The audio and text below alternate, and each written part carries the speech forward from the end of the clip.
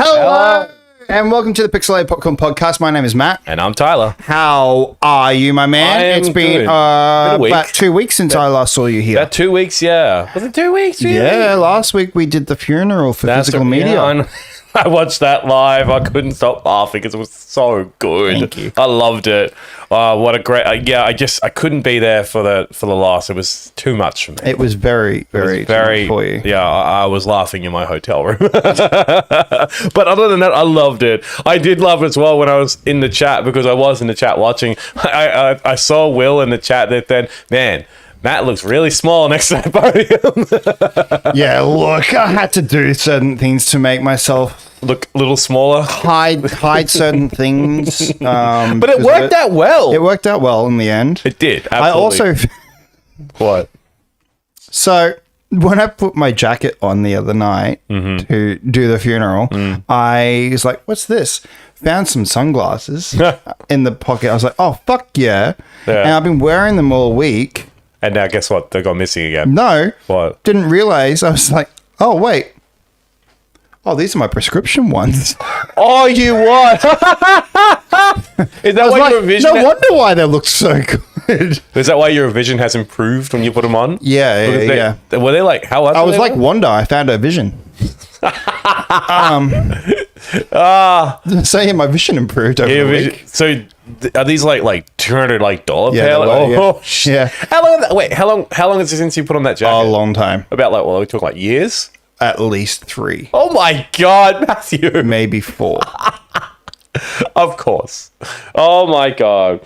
But man, it has been a week with gaming. It has been. It's just been a week in entertainment. In general entertainment. Like the last 2 weeks, we've been struggling for content. So, but now this week, it's just like throwing us, and it's going to get even bigger because we've got Comic-Con coming up as well. We do. San Diego Comic-Con. Before we get into that, one thing, chat. I want to know your thoughts first.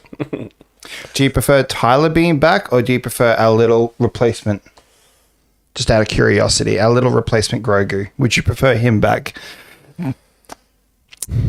That was the chat's idea last week. It was to replace you with Grogu. So he's become a staple. Yeah. Okay. Yeah. He's still part of the show, though. He's right here. Yeah, but now I suppose he was fucking dead last week. He's still dead. So he wasn't that good of a co-host. Being replaced by a doll. He wasn't that good of a co-host. He was pretty silent, honestly. So sorry, Grogu. You've been replaced.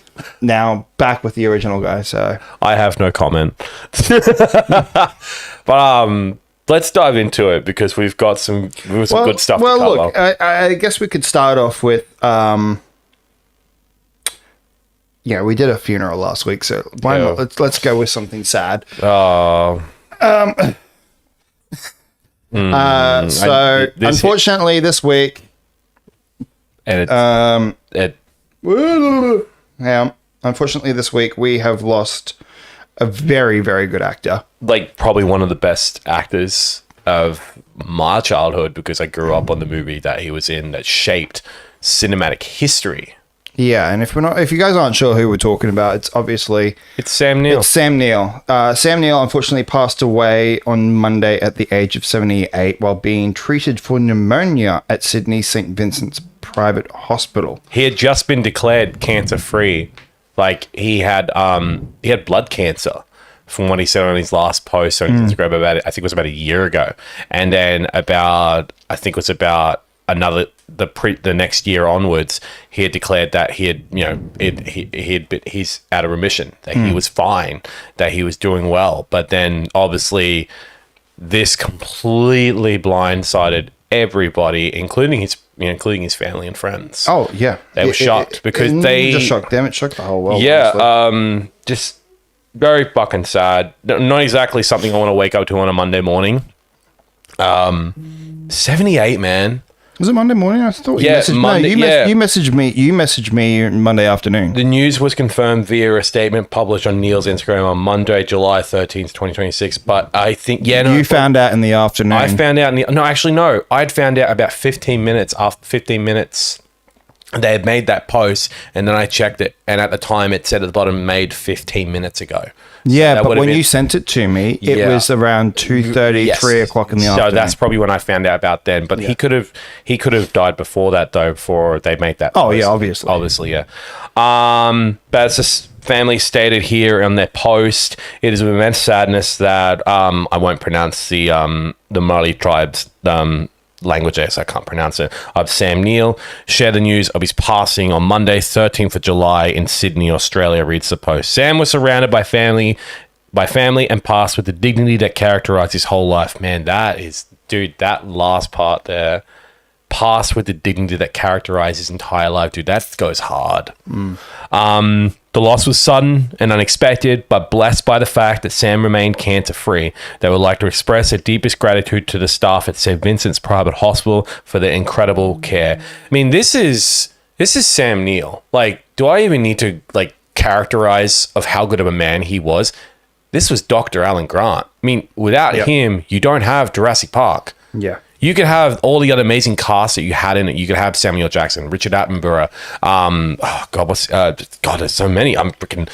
Who am I missing here with the cast of Jurassic Park? There were so many because, I mean, this is Steven Spielberg. Yeah, this is a Spielberg production. Jurassic Park. Yeah, was it Spielberg who did it? Yeah, it was Spielberg. Spielberg directed it. You know what? There's a lot of Jurassic Park films out there, but I just love the first one. I always will. I like the one. The first one in particular is what, Star Wars changed cinema as well. With Jurassic Park special effects and everything. Yeah. But Jurassic Park really showed off the practical effects, especially with CGI bringing, and it's practical. not even really the CGI. A lot of those dinosaurs were all practical. Oh yeah, especially a lot of the close-ups with like. I loved it when they got the close-ups of the tree, seeing the T-Rex, seeing those animatronics of like up close with the cars shots, particularly with that shot of him right above the sky roof inside the Jeeps during that, like when all the electricity went out of the fences in the park and they're trapped out there on the tracks and they can't get out.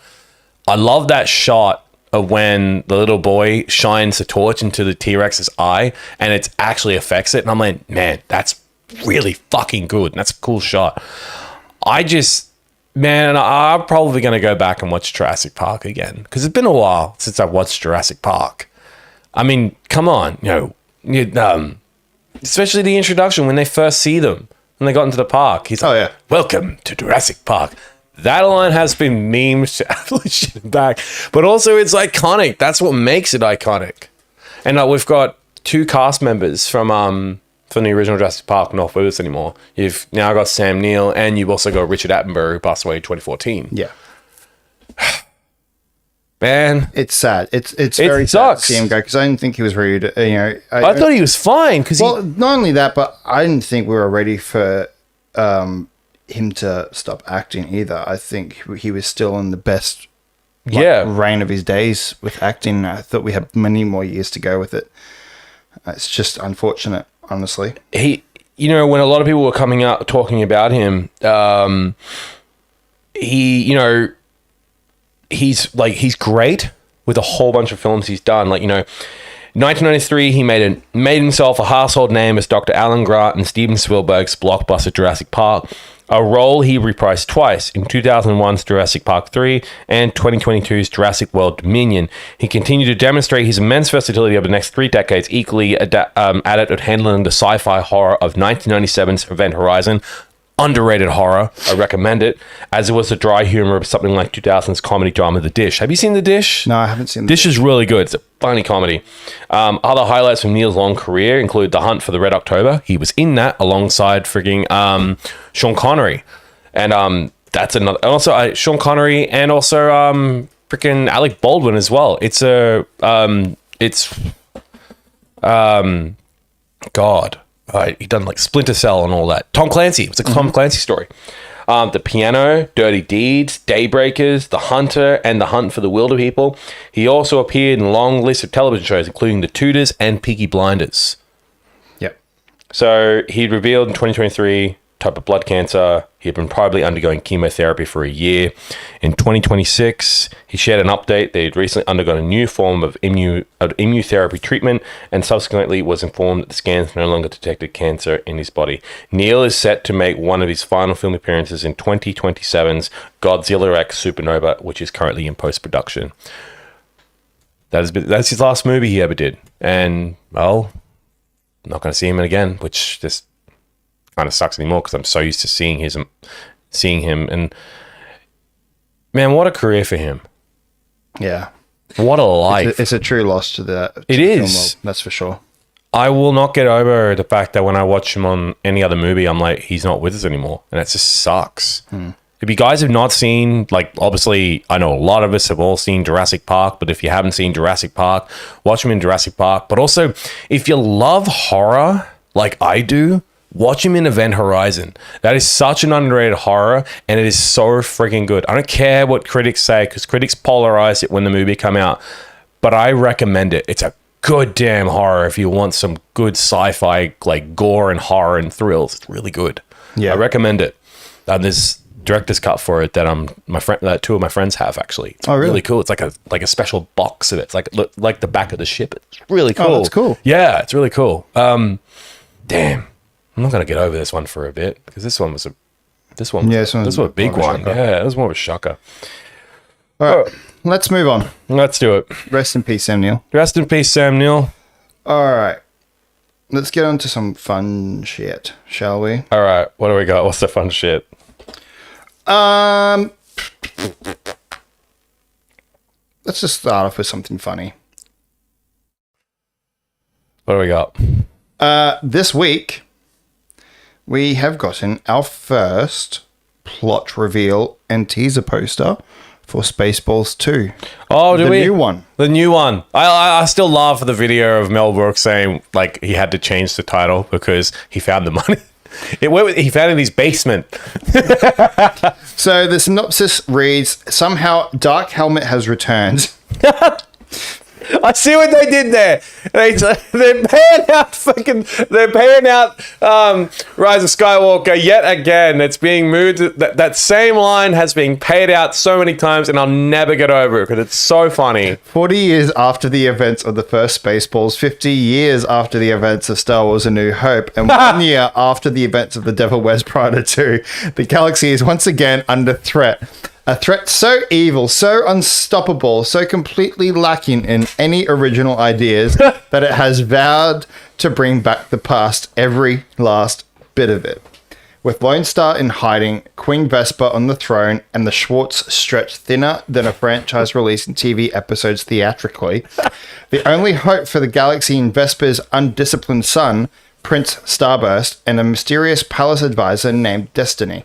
Together, they must find Lone Star, Yogurt, and any other iconic legacy characters fans are demanding before they discover the hard way that, while some threats you can fight, the reboot is not one of them. Damn, I already want to see it because it sounds actually kind of amazing. I'm not even going to lie. So the new film reunites original cast members Rick Moranis. He is back. Yeah, I knew he was. Yeah, 1000%. George Weiner, Daphne, I'm going to butcher that last name, Zuniga, Bill Pullman, and Mel Brooks, and will also star Josh Gad, Keke Palmer, Lewis Pullman, and Anthony Carrigan. Notably, this will be Moranis' first on-screen role in more than 25 years after mostly retiring from acting in the late 1990s. A panel dedicated to the film will take place at San Diego Comic-Con with the cast and filmmakers gathering in Hall H on Friday, July 24th at 4 p.m. What amazes me even more is the fact that you got Rick Moranis to come back. Like, he hasn't been in a movie in God knows how long. Yeah, since the 90s. It's the 90s. Yeah, and that's the part that gets me. I'm like, damn. I mean, we all know why Rick Moranis left. I believe his wife died around that time, and he had to step away from Hollywood and take care of his kids, which, look, any man would do. You lose your wife and your kids need you, you would throw away the world in order to take care of them, and I can understand that. Regardless of how big his star power was, I understood why he did it. So do I. I'm just gonna bring. I'm sorry, I just saw that cover photo. Why does it look like Dune? Just reminds you of Dune. That wasn't the real one though. That wasn't a real one. This is just like a. This is like an. This is the real one. This is the real one. This was posted by Josh Gad. There's the teaser They're combing. poster for Spaceballs. They're the new one. So good. I remember that scene. I just picture in mind's eye. If anything, we haven't found shit. Oh, dude, I love Spaceballs. So we'll be most likely getting the trailer next week. Oh hell yeah! Like, so it's next week, yeah. I think Comic-Con's next week. 24th. Might be in 2 weeks. Yeah, I think so. No, it's in 2 weeks. 2 weeks. So we're in 2 weeks. So in 2 weeks, yes, we'll be getting. Most likely, we might get a trailer. We might not. It will be coming out in April 2027 next year. I mean, I never would have thought in a million years I'd be in my 30s and I would actually see Spaceballs 2 is actually a real thing. Well, see, that's how I felt a while ago when he finally released History of the World Part 2. Because the best part about history, well, there's a lot of good things about History of the World Part 1. But one of the best things about History of the World Part 2 was literally the fact that there was never a Part 2. No. And so now the fact that we've now got a Part 2, it kind of ruined that joke a little bit. But I enjoyed Part 2. I wouldn't say it was as good as Part 1. Part 1 was just fucking amazing. Yeah, I think it reminds you also when this is like going back years ago when at the end of it's from a horror French from I believe Friday the 13th, they teased at the end that there was going to be a Freddy versus Jason movie, but they didn't set up anything. Speaking of which, we need to add I know. to the show. I know. They teased at the end that Freddy was going to like fight Jason, and then they realized that, oh shit, we have to actually make this movie. And they made the movie, and I've seen it. I saw it. I literally saw it when I was like probably like 15, and I still find it funny that they actually did it. They actually made a Freddy versus Jason movie, and I'm sorry, whenever you see Jason just going after like drunk hippies in a cornfield and just like throwing a flaming machete at someone, I don't get scared. I laugh because it's just so fucking hilarious. Or even better, when he like brutalizes the guy with the machete. This guy's still alive, so he decides, I'm going to help you with that and do a bit of chiropractic treatment on him and just fold the bed up and break him in half. I'm like, that fixes your spine for you, buddy. I think more than anything, when it comes to horror villains, I don't even know why we're talking about horror shit. We're talking about Spaceballs, man. There's horror You are stuff. fucking so out of here. I know. Get the I'm fuck so out. Okay, Get the fuck out. Come back in. All right, let me get off that. What was your favorite part of like Spaceballs or any of Mel Brooks's work? Definitely Spaceballs for me. I love the their attempt at a lightsaber fight. Yeah. That's so funny. I loved my favorite part. It's gonna be missing with Spaceballs 2 is definitely John Candy, considering like such a big role with his character in that, and obviously everyone knows what happened with John Candy. He can't be involved because he's not with us anymore. I do hope they honor him. They will. Yeah, 1000%. They honor him with the new film. Or the fact is that Mel Brooks is still alive. How that guy is still alive, I don't understand. See, one of my favorite Mel Brooks work, other than History of the World Part 1, which I mentioned, it's Get Smart. Oh, God. Is that the one with Steve Carell and that? Or is that the He's television the show? original creator of the show Get Smart. Do you mean the TV show? He was the original creator? I did not know that, actually. Yes. Wow. Yeah. Shit. I do love Get Smart. I also loved in Kingsman, they made a bit of a reference to Get Smart. We used to have a telephone in the shoe there. And I'm like, damn, that's a Get Smart reference. Yeah. There. Yeah, he was the creator of Get Smart. He wasn't before Bond, was he? No, he wasn't before 007. No. Not at all. No, because a lot of those different spy shows took a lot of elements, and It's just spy stuff in general. Yeah. Honestly. But Get Smart's one of my favorites. And then you've also got the The Producers. I've heard about that's with Oh, it's a Broadway show. yeah, It was Broadway made for show. a Broadway show. I know, but there also was a movie made Yes, about there it. was, yeah. Yeah, that's with Nathan Lane and I know the producers. Nathan Lane did a movie called The Producers. Don't think it was Nathan Lane. Did I think it was Nathan Lane? No. Nathan Lane? Pretty sure it's Matthew Broderick. Matthew Broderick? Was it? I swear to God, Nathan Lane was in a movie with The Producers with Matthew Broderick. Is it? I believe it is.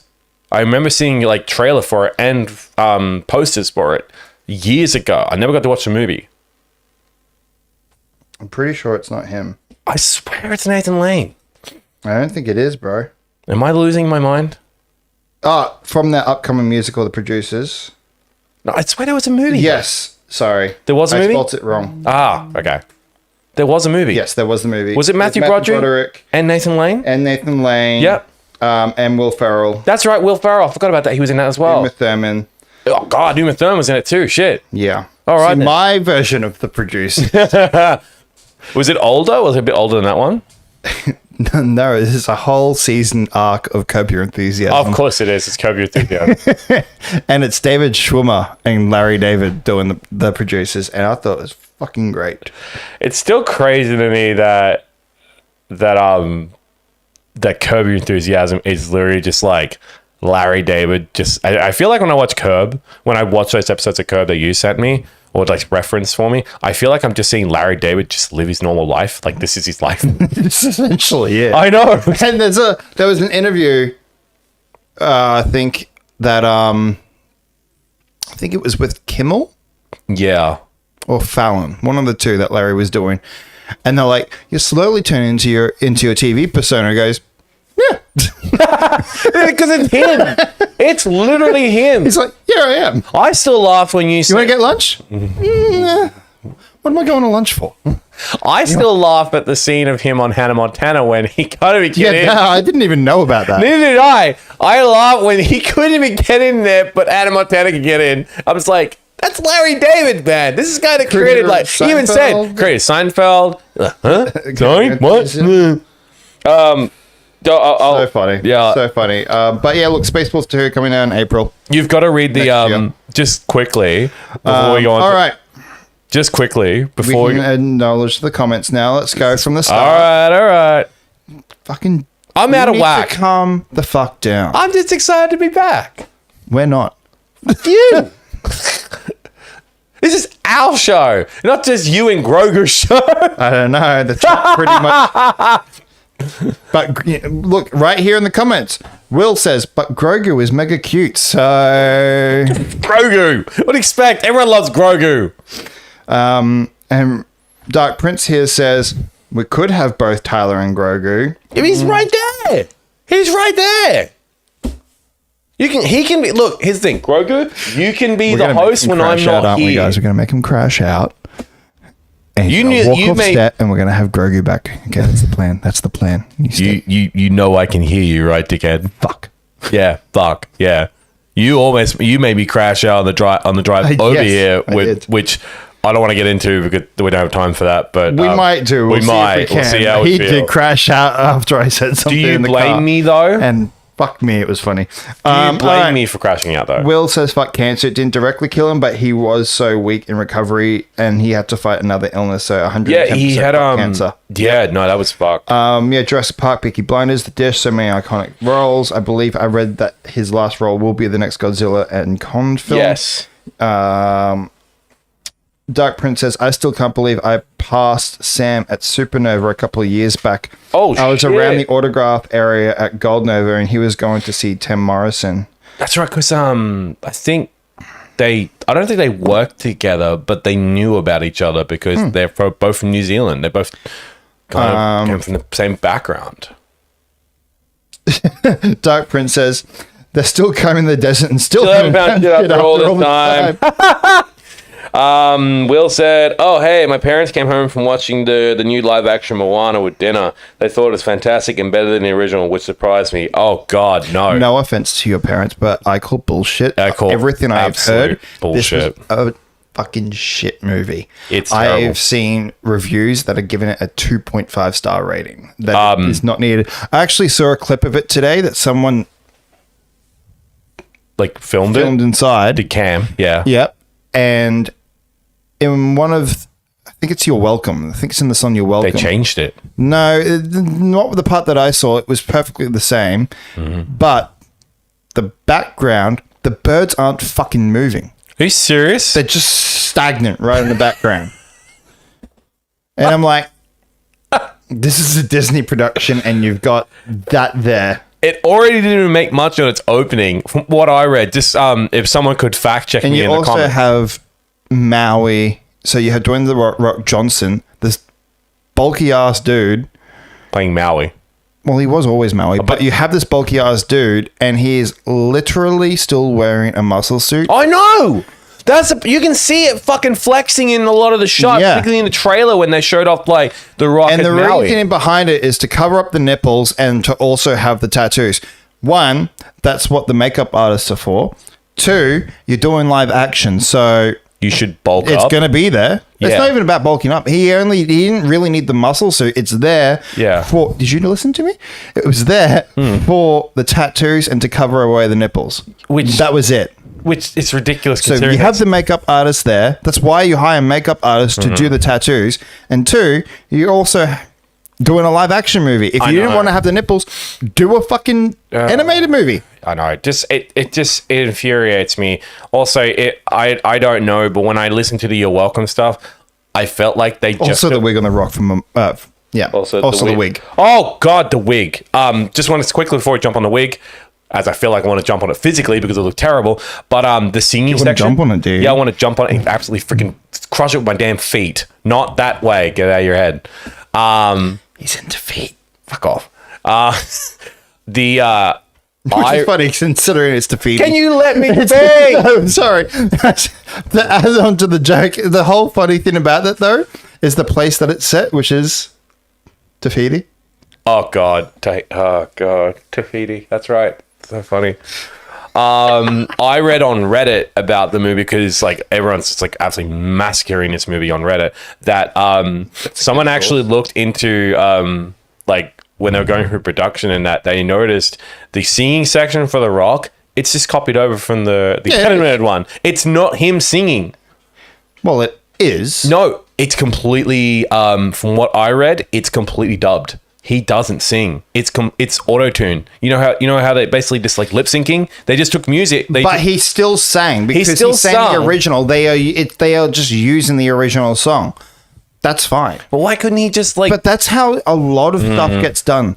You don't know much about like doing like on film sets. No, not a lot. I've shot a music video. Yeah. They're not singing. No, they're not singing. We are literally using the original audio when you're shooting a music video. You've got the camera set up and you've got the band playing there, and you have the actual song playing. They are lip syncing the whole time that you're filming. That's how it's done. Will, oh my God, the crash out! It's happening. Oh, this isn't even the crash out That's that not we even were talking about before. How much money do we know? Like, do we know how much money this like Moana made at the box office? Have you got like an estimate there? Yeah, 2026. I've got it right here. Oh God, like, dude, 32 on Rotten Tomatoes for this film. Disney's live-action Moana debuted with an underwhelming $95 million globally, including $43 million in North America.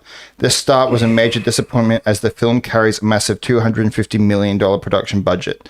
Analysts estimate the movie could lose the studio over $100 million in its theatrical run. Yeah, that's against a $250 million budget. That's what it says on Wikipedia here. I just said that. I know, and I'm agreeing with you. Like $250 million, and they're losing $100 million. They're getting nothing back from this. What a goddamn! I'm sorry. Look, this is I don't mind Disney doing their live action, remakes, but when it's like the older properties, I don't mind. Yeah. Are you good there? I'm just shocked by this. Okay. Because this movie just. Why do it? I don't mind when it's the older stuff that you're bringing back and doing a live action thing. This movie, like Moana, is still very recent. 2016 it's the first one. 2016 was the first one, and they just released I think it was about 2 years ago, like Moana 2. If they had not released Moana 2 and did did this one first before Moana 2, maybe I would have given it a chance. But considering that, No, I think even doing it after Moana 2 is still fine. It's just the fact that the other movies they've done previously are very old IPs. oh yeah, like Aladdin. So they're doing all of that to keep, not keep that IP, but bring some fresh air to that IP. Yeah. This is an IP that is still very recent and it And does very not fresh, need too. That's what recent is, Yeah. really. So you don't actually need to have this live action reboot No. yet. Say in like maybe another 10, 15 years later, then that's fine. I can understand. 'Cause Ironically, it is by that 10 point, years later they did this. another. Another 10 years. So, talk about like 20 years, something like that. Yeah. Then okay, I can understand that. So the fact is that we haven't. It's only been 10 years, and we just had Moana 2, what, last year or the year Yeah, before? I think it was about the year before. So like it's Yeah. it's not really needed yet. And honestly, I will say though, what I'm surprised about the most is we got a Moana live action movie before we got a Frozen movie. Yeah, I'm still surprised. That's what surprises me. Considering, well, we had Frozen kind of like, we've had Elsa in that they've had it in Once Upon a Time. They had Elsa in that and that. Yeah, I But don't count wasn't- Once Upon a Time. Yeah, because that wasn't licensed by Disney. At least I think It's not it even was. that- They managed to get the characters. I'm not even talking about that. We're talking about A full-scale live we're action talking film. about the remake / live action reboots that they do. Yeah. Right? So Yeah. I'm surprised that they chose Moana over Frozen first. I'm surprised in general because considering that their last live action they did was Snow White, which, if y'all know, that was... Look, their last few live actions haven't been good. Actually, a lot of their live actions haven't been good. I don't count any of them good. Cinderella, I'll Shut your give... fucking mouth. Jungle Book was fucking Jungle amazing. Book, I haven't seen Jungle Book, so I can't give my I opinion. saw that and VMAX. Hmm. That was drop dead gorgeous. And do you want to know why it was so good? Why? It was Jon Favreau. So John Favreau, that's right, because he directed. I forgot about it. I've seen Cinderella, so I saw that in cinemas. Literally, it was great. It was actually amazing. It was one of the better ones because it just was a really good movie. My least favorite is Aladdin. I've said that probably half a dozen times here to you that my least favorite was Aladdin. Would it be because Will Smith said he's not going to do anything like Robin Williams, and then he fucking just tried to be Robin Williams in the Yep, end? that's Yeah. a major reason because, again, that I'm honest to God, when it comes to the genie, there's no one like Robin Williams who did the voice, who did all the who did a lot of the motion capture for it, who actually, well, not really motion capture, more just the voice and the mannerisms in the voice as well, because that's what Robin Williams could do. But when you do a live action and it's just Will Smith just trying to be like Robin Williams, I'm sorry, you're not going to top Robin Williams being the fucking genie. And considering that I didn't like a lot of the visuals. It felt very like, I didn't feel the magic in Aladdin like I do when I watch the animated movie. Because when I watch Aladdin, the original, I'm like, man, this feels amazing. Like I'm on a journey across the desert with You're them. going to hate me here. Yeah, I'm going to hate myself for saying this too, but it's okay but you know what? I feel like we had the Aladdin live action movie already, and it was called The Prince of Persia: The Sands of Time movie. Is that the one with Jake Gyllenhaal? Yeah. No. Because it felt exactly the same. It felt exactly the same. And, I actually have to agree with you. I'm not going to crash on this because, I actually agree with you. When I watched that movie, I'm like, this is just Aladdin, but with just, time travel and, fighting, using swords and that. In Aladdin, it's kind of the same, except you have a magical genie and the magic lamp, and you have Jafar, which, by the way, they skip out on so much of Jafar in the live action compared to the animated movie. That's another reason why I don't like it, because Jafar is just not that big of a threat compared to the animated movie. Yeah, and look, I also don't like that we also have a live action Beauty and the Beast movie, because Yeah. who wants a live action movie about a princess that's into bestiality? Because that's essentially what that is. That whole storyline, and even in the animated, it's like... And I didn't but no offense, while I love Emma Watson as Hermione Granger, she ain't no Belle. Sorry. I thought she did a rise Belle. I didn't like some of the costume choices. They felt very just for example, the dancing dress with the yellow dress. I look at I that. thought that dress was beautiful. I love the original too much. I grew up on the original because it was mine and my sister's favorite Disney movie to watch together because we loved watching it. Particularly my sister. That's her favorite. And she's seen it and she is not the biggest fan of it. In fact, she views the original more than ever. Yeah. And that's really a trait a lot with the live action Disney movies. Yeah, exactly. I will say, one movie I would like, and I just saw it here in the comment thread here from Will. He would love an Atlantis. I just read that. That is one movie. Yes, that is such an underrated Disney movie. When the first Atlantis movie came out, I adored it. You know what? I have actually. Did you ever play that Atlantis game? The PS. You have it. Son of a bitch, you have it. I know you do. Because I used to play that a lot when I was younger. You know another movie that'd be great in live action, and I would love them to do it if they ever decide to return to it. Treasure Planet. Oh no! Matt's looking for a copy. You got it? Matt has found a copy of Atlantis, The Lost Empire, PlayStation 1 game. This is a game I used to play a lot when I was younger. There it is. That's so good. The fact you actually got a copy of it. Where'd you get that from? Was that like... I've had this for years. Disc all good, manual, everything? I've had this for years. Just needs a little bit of a wipe down. Actually got it. Can you just hold it up to the camera just for a second? Like put the case back together and you know, just hold up the camera and just got something to say. When you get it all there. Hey, Sony, look, physical media still is a good thing. I've just doxed myself. What's on there? Is that your full name on there? Yeah. Why is your full name on there? Because this was when I was a kid and I you'd rent the people. I would lend it to people and they go, oh, it's Matt's. Yeah. So physical media is still a thing, Sony. Maybe you should actually learn that instead of trying to force this digital thing on. You know what? I'm gonna put it there. Put it there on display. There we go. I'm gonna pop it right there. There we go. Milo was my favorite character. You know what I'm surprised about is you didn't cosplay Milo. You've got the look to do Milo easily. No, I don't have the look for Milo. Yeah, you do. No. You've got the hair. I know a lot more people that has the facial structure of Milo perfectly. Yeah. There was someone that came to Sabres. I was like, dude, looks like fucking Milo. I know exactly. Yeah, I can't remember. I think he came one night and I was like, dude, it looks like Milo. Yeah, I know a couple of cosplayers in the community who could do Milo. Such an underrated movie. And also underrated also an amazing actor who voiced him. It was Michael J. Fox who voiced him. I know. The whole cast was great. I know. I still actually haven't seen the sequel. I haven't seen the sequel. I remember walking into, I think it was like an IGA Food Works, and they had DVDs for sale at some point. And you saw that one there. And I was like, the fuck?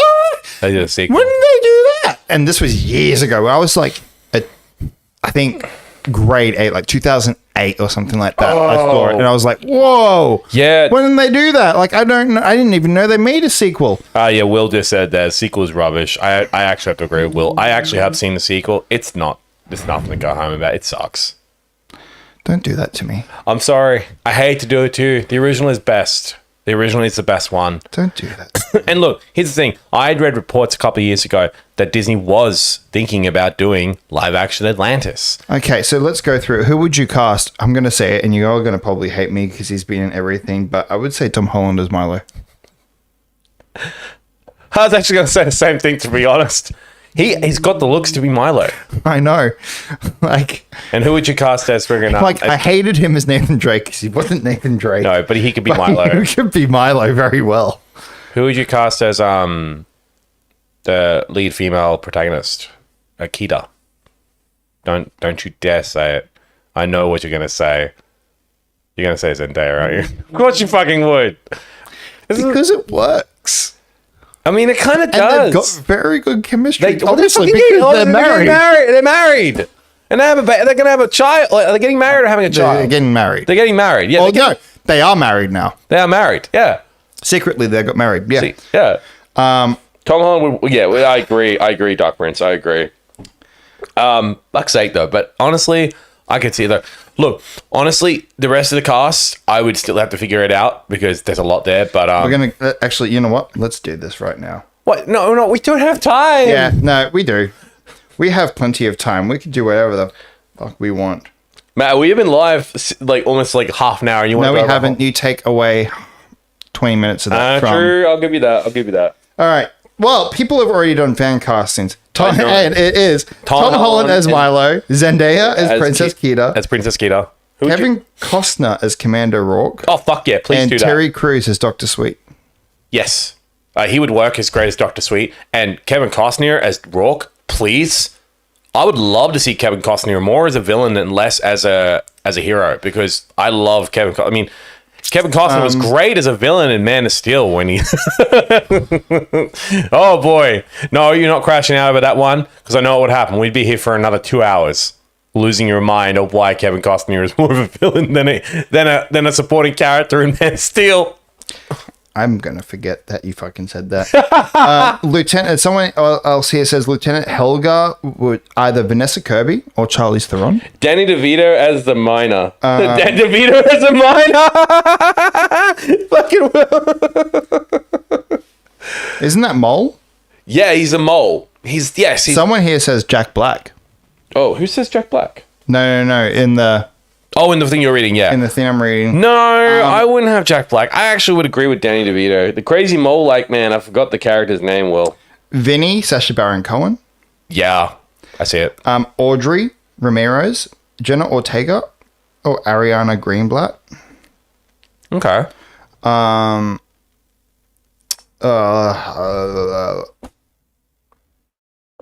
See, they've got here Cookie.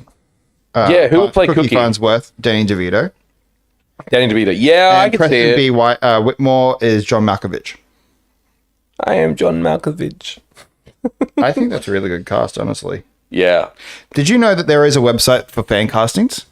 There is? Yeah. What's it called? I've been on it a couple of times. It's called mycast.io. And you can put in like different like movies, ideas, and you can add in like your fan casting. Because here someone says Fan for casting. Mole, they've got Josh Gad from Mole in this one.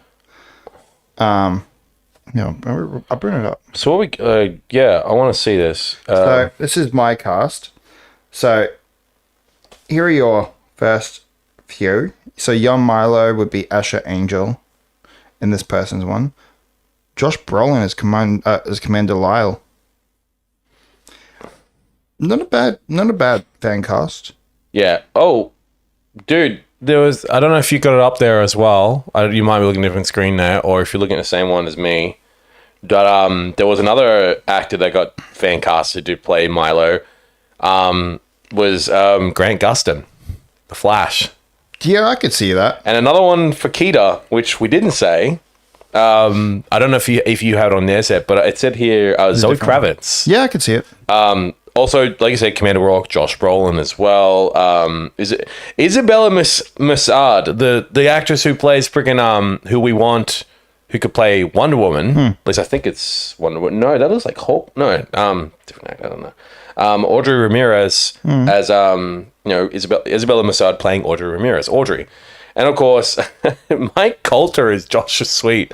You've also got Milo. I can't pronounce that last name. There's a lot here. Freaking Helga. There's a lot of good fan casting stuff on those websites. Helga Sinclair. Fan casting for that was Margot Robbie as Helga as Helga Sinclair. I can see it. I can see it. Preston B. Whitmore. Fan casted was Michael Douglas. So anyway, that's like the fan casting stuff. That's pretty cool, though. I'm not gonna lie. But Will, you mentioned that there was a short film. Can you send us that link? Yes, there was a short film made a few years ago. I know what Will's talking about. Send it through, and we can put it up on the. Yeah, it's pretty damn good. You have to I don't know if it would work on the screen to share because there might be a bit of issues in that. Yeah, we won't be able to show it. We won't be able to show it, but I recommend it. It's really great. Put it up on our Facebook page. And yes, put up the link to it. It's a concept trailer. It's like I said, Will. It's done by Jonathan Zonneman. It's brilliant. Maybe after the stream, you got lots of other stuff to cover. Yeah, Will, we do. Yeah, we will. Yeah, all right.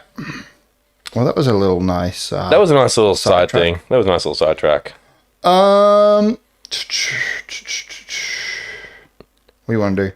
Well, we're speaking about fan castings and that. Let's speak about one big casting rumors that has come up, and that is to do with Mr. Yeah, Kylo Ren himself. Yeah. Because This is a big one. Returned. This has actually caught me by surprise. I'm like, wait, what? Hang on. I mean, if this is true, then fuck me. I'll be happy about it. So rumors are circulating that Adam Driver will be playing Magneto in the new X-Men movie. How do you feel about that? Because, like, could he play do you reckon he could play a good Eric Lencher? I mean, I can see it. I can see it if depending. It gives, but it also gives me like Michael Fassbender vibes. It does, considering that he's played the character and he won't come back to it. I think he said he was done with the character. Yeah, but they've all said that, and look how many times they come back for these roles. The amount of money. Ian McKellen and Patrick Stewart and Hugh Jackman, Andrew Garfield, James Marsden. Nearly half a dozen of the damn original cast have returned. But look, if they're gonna do a Magneto, I could see him doing Magneto.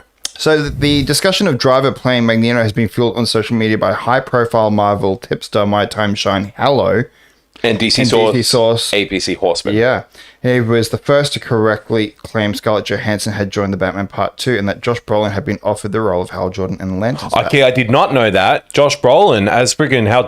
Damn, that could have worked. I would love Josh Brolin as freaking Hal Jordan. That's fucking sick.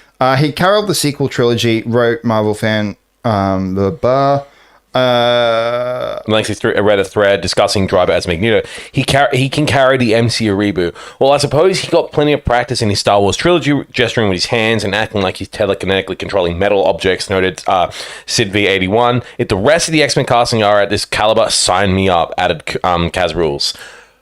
I would actually love Driver to play Magneto. I actually can see this happening. If it does happen, then I'm on board. Because Adam Driver is... Color me intrigued. Yeah, color you intrigued. Because, again, you are a big Kylo fan. You love the character. I know you do. Yeah. I mean, you cosplayed him for, like, a long time, or a couple of years.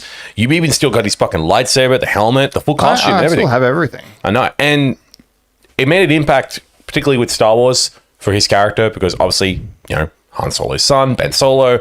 Spoiler alert. The movie's been out for a couple of years. You can go see it.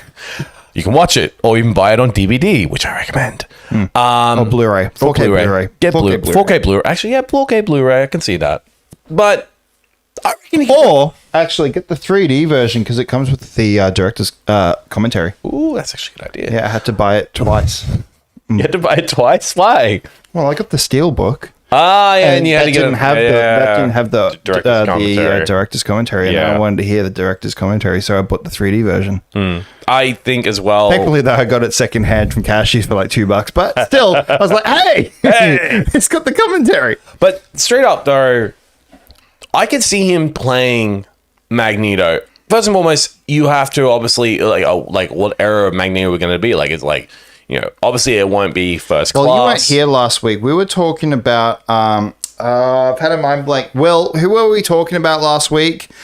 She played Sarah in Superman Lois. There are rumors she is also going to be in the X-Men. She's been meeting with the director of the X-Men. Okay. She's also in Obsession at the moment. Oh, yes. The actress that played the lead female. I believe so, yeah. She played Sarah in Superman and Lois. That's where I know her from. That's why I was like, oh my God. Yeah, she's hang amazing. on. Give me a quick second. Let me type it in. 2025. That casting is Indy Navarrete. Yes. Indy Navarrete. She has apparently met with the director of the X-Men movie as well. Oh. Do we know? We don't know any more than that. We don't know any more than that? No. She's just been getting a lot of meetings with people after Obsession. Yeah. But hey, I can see her working in that role too. I think I spoke about that last week. I mean, who do you want her to play? Like, who could she play? I think when we spoke about it last week, I think we either kind of agreed on either Mystique or Rogue. Well, they've already got Mystique, but that's from... Do we, though? Well, considering that she was cast, Rebecca has been cast. They did announce in the casting For list. what? For Doomsday. Yes. But nothing for Secret Wars. Nothing for the new era. That is Just true. to say that, you know, as far as we're aware, all universes are going to die. Yeah. And this leads into Secret Wars. Yeah. Considering So the that- Fox world can possibly die, and so Rebecca probably won't. Yeah, that's true. I wonder how... Because we spoke about this last week too, or the week before. I think it might have been with you, or it might have just been me. Yeah. We're talking about the leaked script, not the leaked script, but the leaked plot details for Avengers Doomsday. We talked about that, yes. Yeah, and it mentioned in that the start of it, Toby and Hugh Jackman fight Doom. each other, And while the world's crashing in. shit. If that's a...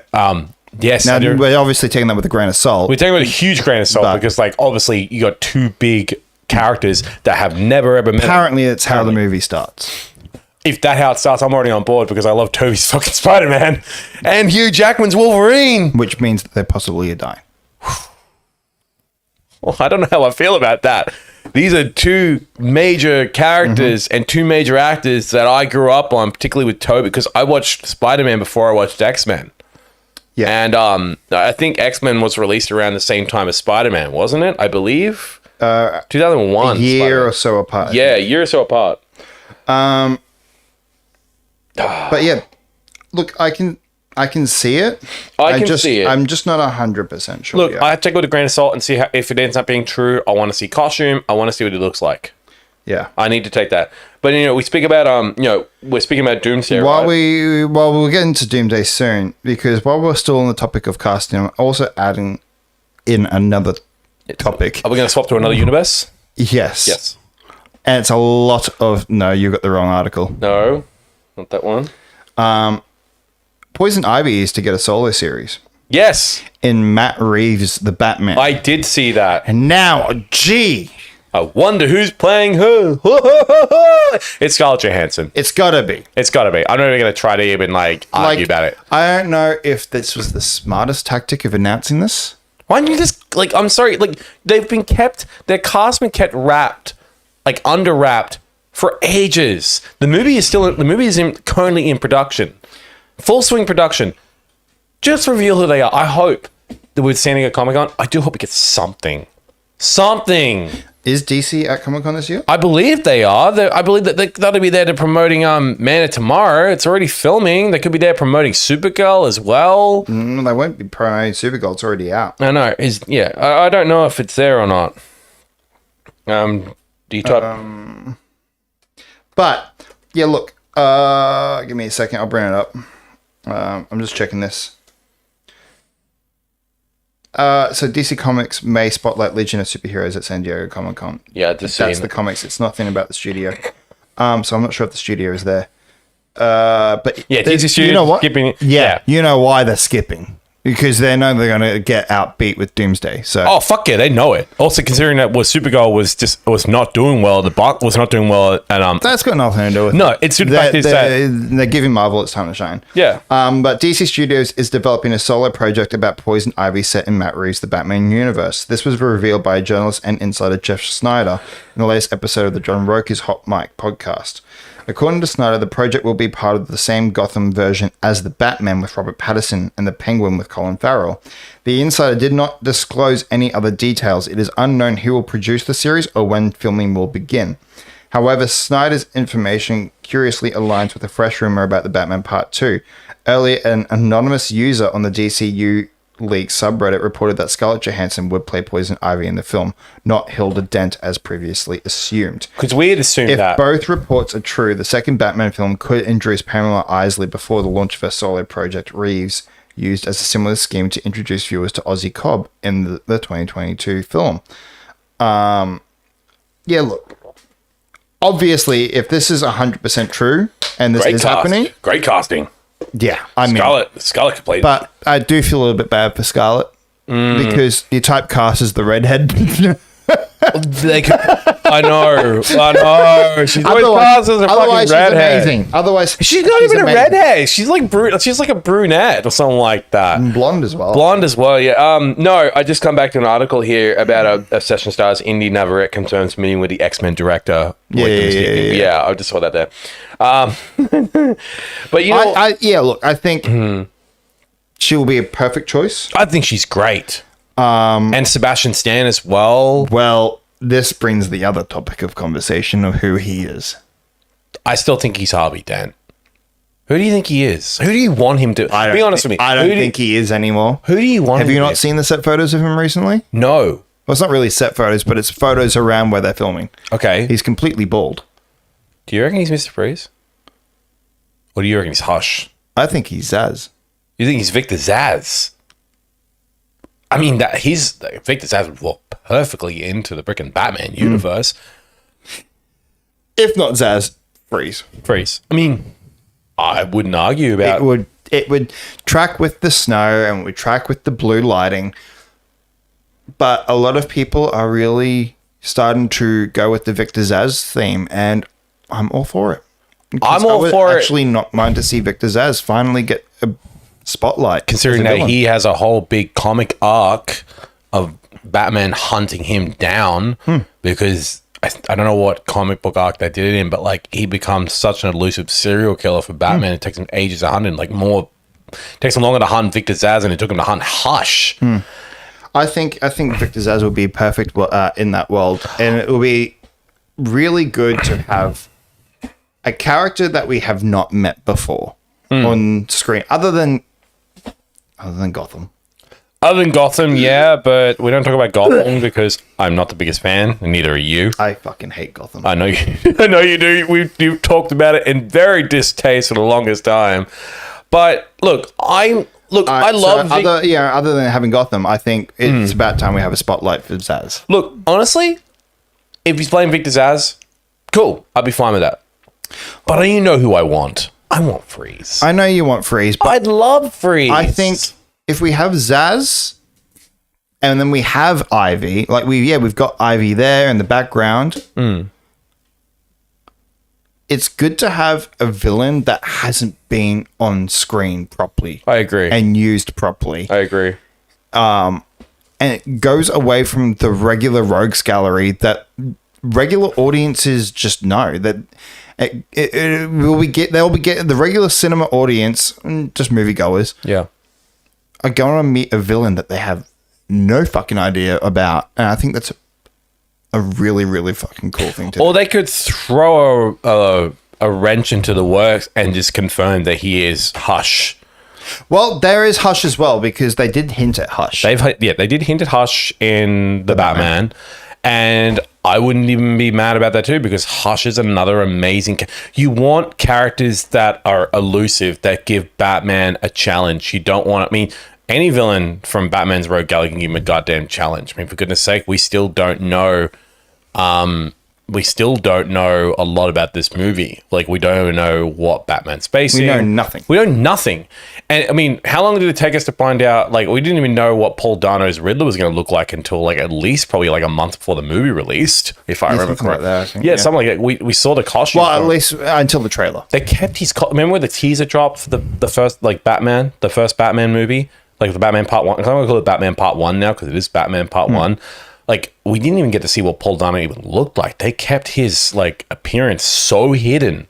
We only heard his voice. Like, if you are just... No. Only saw glimpses, but never a full shot of him until at least they, like, showed some cool shots of him in his costume, which was great. I loved when they did the first trailer for it, and I loved the line, if you are justice, then please do not lie. Yeah. Dropping that riddle, I'm like... This is a great fucking character to have as a lead villain because the Riddler needs his moment. Stuart says here, I thought he was going to be Victor Zaz. Yeah, I think he might be. It's not confirmed. It's heavily rumored he's Harvey Dent, though. He could have been. By being bald, I don't think so. He could have already been bald. Maybe he was something for it. I don't know. Like, it's still hard to tell. It'll depend what Matt Reeves drops the trailer. I mean, obviously, we're not going to see that at San Diego Comic-Con because DC Studios is skipping. Are they doing? Oh, are DC still doing fandoms or not? No, I don't think they're doing the fandoms anymore. I think that was more of a COVID thing they were doing. I don't think they're going to do another DC fandom. I mean, it was cool when we did it. I mean, for goodness sake, what time did we get? Stream. Yeah. We were up all night. I remember when we finally wrapped it, I went to bed, and I remember you were with your ex-partner at the time, and she was getting up, and you were just going to bed. You were like, she's like, morning. I was like, yeah. I was like, she's like, morning, and I'm like, night. Good night. I'm going to bed. And you can watch the back of the old stream. I'm not even sure if we have the old We stream. still do. It's still up there. But you can watch it. It was like an 8-hour stream that we were doing. We went through everything. We slogged through, and we were only in there for the Batman. I know. We had to slog and you can through. literally watch from nighttime into sunrise. I get completely washed out Yeah, from the sun because it used to be over here. The desk that was over You here. had the desk here. I still was in my old place in Salisbury. And like you could actually, I had my blinds down, but I do remember watching the recording back. You can actually see the sun. Just starting to. We started in the night, and then we see the sun just slowly come back through the blinds. And I remember the look on my face. I remember when we started, I wasn't tired. The rest of the show were like this. I was just like watching. I was just like I was just tired, and you looked absolutely like you looked like at the end of it. We just looked like we hadn't slept in like a week. Yeah, I slept that whole day. I slept that all. I think I woke up at like 1 o'clock, and I went downstairs. And my dad was like, "Man, what time do you go to bed?" 5. Bed? What's that? Bed? What's that? I've slept for probably at least 1, 2, 3, 4, 5, 6. About 6 hours, about that, and I'm immensely tired. So I'll be having an early dinner, and I'm going to have an early night because I'm fucked. It was worth it in the end. It was worth it because that trailer was so. But we could have waited to watch. We could have waited. In fact, in my personal opinion, I reckon we should have waited. But we didn't think that it was going to go that long. They dragged it on that fandom. Anyway, let's move on. And you know what? Let's have a little bit of a break. See, let's go with this one.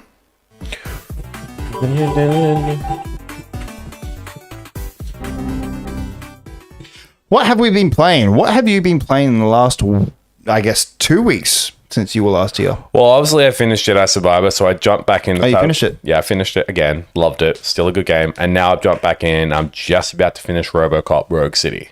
Yeah, great. Dude, if you love RoboCop, play this game because it's really cool because the original voice actor for the original RoboCop, Peter Weller, he voices RoboCop in this. Oh, fantastic. And I think I got it for Steam, actually. Yeah, you said you did. Also, the cool thing is it's the same face model as Peter Weller when he did that movie all those years ago. I think they got majority of the original cast back. Well, I do have it on Steam. I played it for a little bit. I was like, fuck, this game's hard. It is. I've died a few times in it. It's kind of like a RoboCop. It's a RoboCop game, but like a little Souls-like. Yeah, considering you can have different difficulties.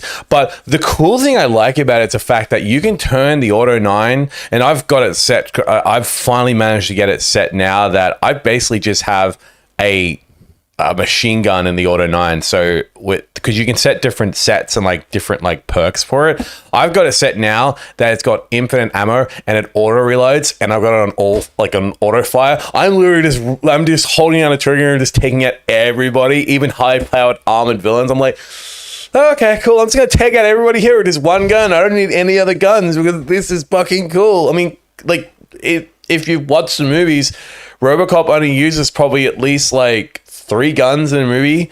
His original gun when he was still a human, the Auto 9, and the giant like cannon rifle, like the giant like freaking like cannon like sniper rifle he gets. Other than that, I mainly stuck with the Auto 9 because that gun is an absolute beast when you get it done right. Even though you can also get like, you have to unlock different sets for it. You can honestly have like you can have the like, you know, the iconic 2-round burst. You can also get it set to like single, like having like, you know, you just fires once, and they're actually heavy rounds. I was getting great headshots with that. I'm like, oh, that guy's dead. The body gore for this, holy fuck, you can absolutely just smoke everybody when you get the Auto 9 right. I'm having so much fun with it. It is a lot of fun. play it. It's really cool. And again, it's Peter Weller voicing the character. It's the most iconic character ever. And go and watch the original movie. Don't watch that remake. That remake was just awful. They did the 2014 remake. Yeah, did you watch that? No. Don't. It's terrible. It's literally PG. There's no R rating. There's nothing good. What was the original rating? The original rating, what, for the original movie? Yeah. You rated R. It was rated R. Yeah, fuck yeah. Dude, do you see a guy, freaking Alex Murphy's death is fucking horrible. He literally gets absolutely shot to death. His arms get blown off. His leg gets blown. Everything really gets blown off. There you go. I didn't know it was original. Also, you know who kills him? That's the dad from I don't spoil the movie. For the movie came out. Doesn't matter. We could be having teenagers that watch this stuff and haven't seen that stuff. So okay, the lead villain is played by the dad from that '70s show. Oh, great. Yes. Well, I've been playing something that is not even officially out yet. This is the one that you want me to play, but I can't. Yeah. So this game is in pre-alpha. You can. Well, actually, I don't know if you can anymore. I can, but I don't know if anyone else here can. I've been playing the pre-alpha for Soulframe. Soulframe. This is from the same developer who did Warframe, correct? Yes. Yes, it is. So it's essentially... It's not even... I wouldn't even say it's like Warframe, honestly. It's very different. It's more along the lines of...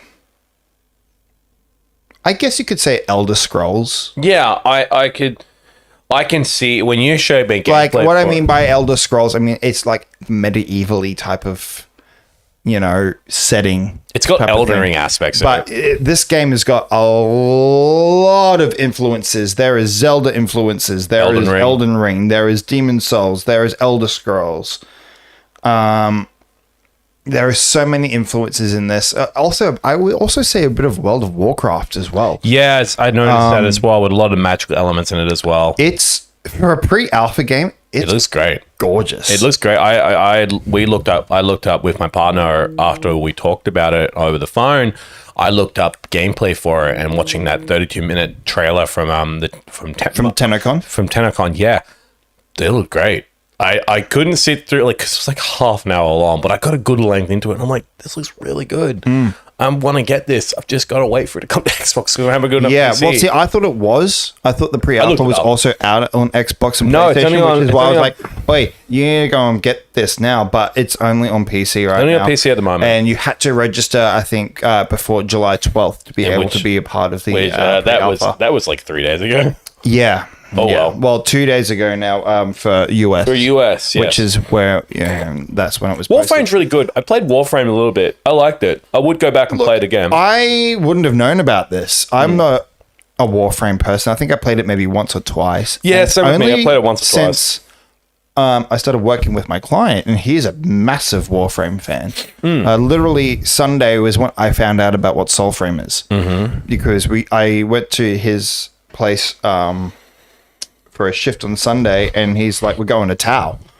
And I was like, the fuck do you mean? And it's a whole new section that they're doing for Warframe. Okay, cool. And we watched the whole TennoCon Warframe stream, which was a pretty cool stream. I'm not going to lie. But yeah, he then told me about Soulframe. I was like, what's that? And he showed me the trailer, and I was like, see, that's something I can get behind. It looks really good. And I started, and yeah, I'm Did you obsessed. access the pre-alpha by registering before that date? So 10 minutes beforehand. 10 minutes beforehand! And you managed to get in. I bet you were cheering. I was like, fuck yeah! And so you still have access to it even though... Yes, we will have permanent access until release.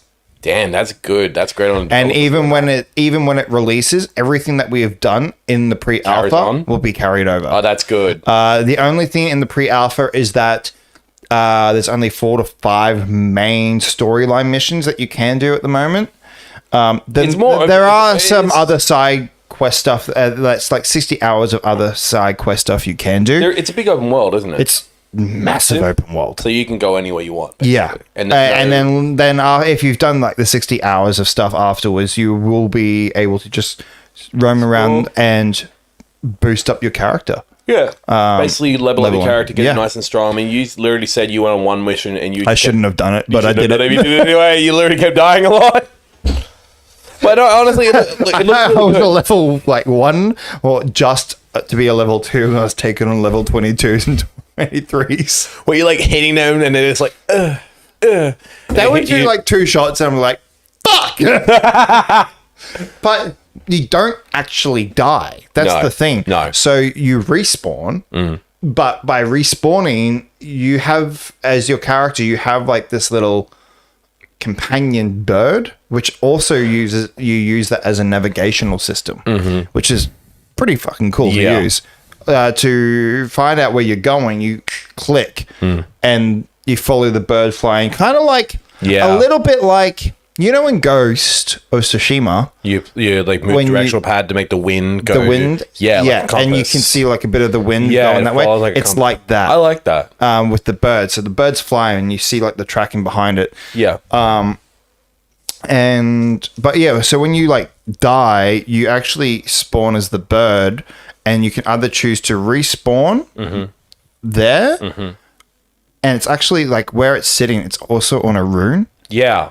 kind of like in Zelda Breath Kinda of like the in Wild, Zelda where you Breath can of the go Wild. and find all these ruins. Yeah. Which is what you do to unlock the map more. Okay. But you can either choose to respawn at that rune, or you fly the bird to your body. That's cool. And so you can go straight to the body and you resurrect right there. So you basically can use that bird to basically, if you die in the middle of battle, that bird can literally, you can help set your own respawn point. Is that Yeah, basically you're what it flying is? back to where you died. Okay. And you respawn right there, and your villains are walking away. Their health doesn't diminish, so you can keep fighting them on. And also, if you've used all 7 of your potion capsules, They're replenished. yeah. Yeah, you were telling me Immediately. this. I remember. Honestly, I like the look of it. It gave me, when I saw your character, it just reminded me of like a very young Thor with the cape Yeah, and everything. there are Yeah. lots of cool stuff in there too, which, like you mentioned with Thor, like that you throw your sword Yeah, and you can call it back, like Mjolnir. yeah, like Yeah. Mjolnir, and yeah, you've got this red cape, and Looks really cool. yeah, it's a lot of fun. Honestly, for a pre-alpha, I'm very blown away for it. Yeah. And I can't wait for full release. I hope I can play it when it comes to Xbox. Cause you will be. Yeah. They have said it is coming Yeah, to it's all going these to- consoles, good. so. Definitely pick it up when it comes available. Yeah, but I did want to ask you guys, if you are interested in it, would you like me to do a live stream of it on Saturday night? I'm happy to do a stream That'd be cool. Yeah. on our channel on Saturday night. Hell yeah. Doing it. That way you can watch gameplay, and then also all of you guys can also watch gameplay. Yeah, too. I could jump in and just watch Yeah. it, see how you go. Will said here that he's just jumped back into Power Simulator. I fucking hate Power Watch. I love it. It's a great game. You just don't understand it. I just find it boring. It's If I relaxing. want to do a cozy game, I'm going to play something like Animal Crossing or Tomodachi Yeah. or Disney Dreamlight. Or Power Wash Simulator. And then we've got Stuart here saying, Digimon Time Stranger for me. I have heard of that one. I have not played a Digimon game ever. Really? Yeah. Were you big on Digimon, or were you more I was a Pokemon? Pokemon You were guy. Pokemon, yeah. I actually like both. Digimon was very different compared to Pokemon, but like again, I can definitely see Pokemon has much more of a universal appeal compared Oh, to of Digimon. course, yeah. But some people would argue me about that, saying that Digimon's got more of a universal appeal compared to Pokemon. It's always going to be a constant argument between the both of them. Yeah, it's like the whole fight between Seinfeld and Friends thing. Exactly. Seinfeld's better than Friends. I actually have to agree with you because, well, here's the thing. I actually like both. I've said it a million times. I think we've like- said this in the show multiple times. Yeah, I actually like both. Which one I prefer to watch a bit more? If it's for, like I said, without Joey and Chandler, Friends would just be a letdown, and Seinfeld wins in that department. But again, Joey and Chandler, I love all of the freaking one-liners and sarcastic advice that freaking Chandler gives Yeah. everybody, and Joey's just amazing. Oh, yeah, it is. But anyway, yeah, look, how is the Digimon game, though? Because Yeah, I'm curious I about that. might try it one day. Would you try Power Wash Simulator? I've tried it. Have you tried its sequel? No. Because it looks really good. I'm playing it right now, actually. Alongside freaking Robocop. Which you should play Robocop Rogue City again. Finish it. I'll try to. Dude, it's really good. It gets better and better. Because you get... By the way, did you see the controller over there? I did. Ooh. What is that one? That is the 8-bit Do Ultimate 2. What is that for? Is that for the Steam? It's for my Steam Deck, but also using it right now on the PC to play Soulframe. Dude, it looks really Yeah, I'll get it for nice. you. Yeah, that looks really nice. Charging dock that's sitting on. It sits like nice and flush on it too. It's a charging dock, and this lights up. Okay, so it's obviously not plugged in at the moment. Oh, is this USB plugged in? Oh, I do like that. So there are Triggers on the bottom here. not just triggers on the bottom there. So if you have a look at the back of there. So there's 2 triggers there on the bottom, but also semi-adaptive triggers. These ones here. So you can move that, and the other one, and then push onto the triggers, right? That feels nice. And then if you move them back the way that they were, Oh, wow. yeah. So they're locking triggers more than adaptive triggers. Okay, so you just use them to lock them in place. So Yeah. so better for like shooting stuff. Like you can change how you want your triggers if you're doing like a shooting game or everything like that. But also, if you have a look, not only do we have 2 back triggers, we also have 2 extra bumper buttons as well. Where are they at? These ones. Oh, here, right there. Yeah, so Hey! those are also mappable. You got L2, LB, and then L1, and then L4 and R4, because obviously this is L3 and R3. That's really cool. Mm-hmm. I like that. I've never seen a controller have L4 and R4, like right there. And it just fits so nice in the hand too. It's actually quite, and I've got quite, you and I have got quite big hands. Yeah. This feels comfortable. I don't feel like my fingers are going to overlap with each other. Even when I'm having right here, like I'm not going to like bounce into them or like, Mm-hmm. and like these feel nice and flush. Definitely like that. You've also got Different buttons here too. Like you got like, I'm guessing the star button is your pause button. no, the starter isn't your pause. That one on the left there is a pause. These top 2? Yeah, pause Okay. and your options. Yeah. The other one, so the star one, What's that for? if you have a look, changes your Oh, it changes the colors. lighting. That's on actually the- cool. Can't really see it on much on the camera there, but like, Matt will just get a bit closer. You can see it. This is a really nice controller, guys. Where'd you get this from? Was this a controller you were talking about with me? You were looking for? Mm-hmm. So you actually did get it. Where'd you get it from again? I actually ended up buying this on Amazon. So you got it on Amazon. How much did that set you back? $80. That's a right for $80, and you've been using this to play. I'm guessing you're using that to play Soul Frame. Soul frame, but also anything on my Steam Deck. Really, So you connect.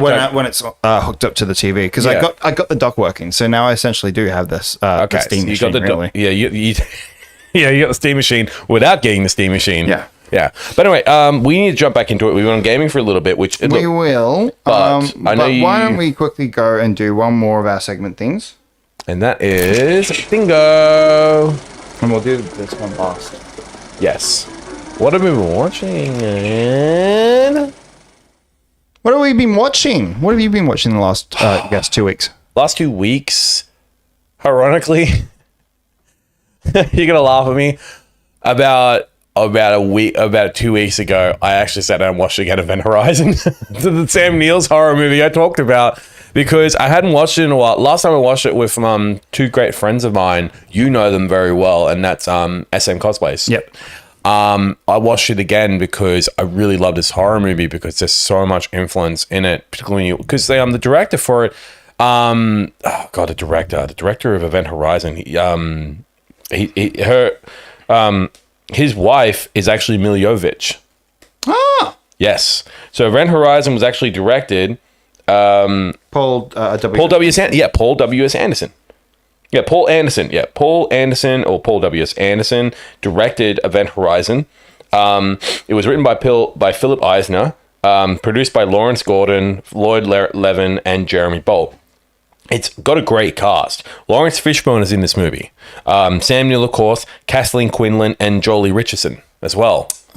Yeah, so it's a great freaking movie. Now, obviously, it did get polarized by critics. Like, the critics fucking ripped it apart, which fucking sucks. Yeah, like I said, Lawrence Fishburne, Sam Neill, Kathleen Quinlan, Jolie Richardson. You had Richard T. Jones, Jack Noseworthy. You had Jason Isaacs in this as well. And freaking Sean Pertwee as well. I need to watch it. I actually have not watched it whatsoever. It's great because it's such a different take on sci-fi. they do so many cool effects and I've heard it's very well done. Think of this. I just need to see it. Think of this. The basis of it is that, and again, it came out in 1997. If you haven't seen it yet, I recommend it. But basically, the whole premise of the story, I'll give you a good short premise. Basically, the ship that they find, turns out this ship was designed to cross from one point of the galaxy to another using a small black hole. What happened was the ship actually went into another dimension, a hell dimension, a pure evil dimension. And when it come back, the ship had been transformed. Basically, the ship itself had been possessed by, supposedly a demonic entity from this hell dimension. We don't even know if it even is hell. It could be something else, because they kind of hint that it's not really hell, but they kind of do at the same time. There's a lot of cut scenes from this. There's a lot of scenes where you actually can see the characters in hell, and it's really fucking crazy. I won't spoil it, but there's a scene in it that is incredibly disturbing and uncomfortable that I hate even talking about it, because it as uncomfortable as the Thing scene for you about the same death, because it's not, you see stuff, but it's more not the visuals, it's the sound design for it. I remember the first time I watched it, I didn't sleep really well that night after I watched it. I was like, it really creeped me the fuck out, just like how the Thing did. But like I said, watch it if you like it. It's like I said, it did get polarized by the critics this week. Oh yeah, Will's got some cool things here, but watch Event Horizon. I recommend it. Okay. What did you watch today? This week? Well, actually, I haven't really been watching much. Really, I've been busy as shit. But until last night, I was just scrolling Instagram. It was either Instagram. Yeah, I think it might be Instagram. I think I might have sent it in the real chat. Yeah, I could be wrong. And then I saw a clip from Community, and I was like, fuck, man, I gotta go back and rewatch. So I started rewatching Community last night. So you were rewatching Community. The Community's one with is that the one with Chevy Chase? With Chevy Chase. He was on the show. It's the show I've been trying to get you to watch for I don't know how many years now. I don't know why I won't watch it. It's a fantastic show. If you want nerd culture show, that's the show. I would rather watch. Look, to be honest, it is amazing. I want to watch Ted Lasso first before I jump into Community. Well, you should. You should hurry up. I know. I know. Season 4 starts. I know. Next month. I know. You've also been telling my partner to get into Ted Lasso as well, because it's amazing. It's such a love-hearted show. We've been telling you to get into Night of the Seven Kingdoms and House of the Dragon. Yeah, I'm not going to though, and I can tell you why. Why? Because I fucking hate Game of Thrones. It's nothing like Game of Thrones. It's so different. It's at thousands. You mentioned House of the Dragon. I heard that we see Link in it. Who? The guy who's playing Link. Really? This week's episode. Hang on. Who's the actor that's playing him again?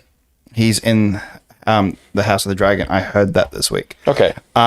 But no, I love Community. If you haven't seen Community, it is literally just a nerd culture.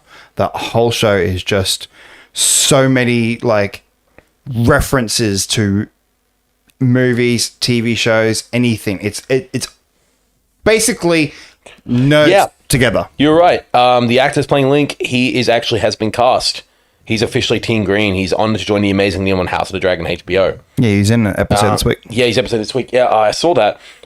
He's playing Daeron Targaryen in House of the Dragon. Mm-hmm. He will be our live-action Link. He's only 17, and he's already got...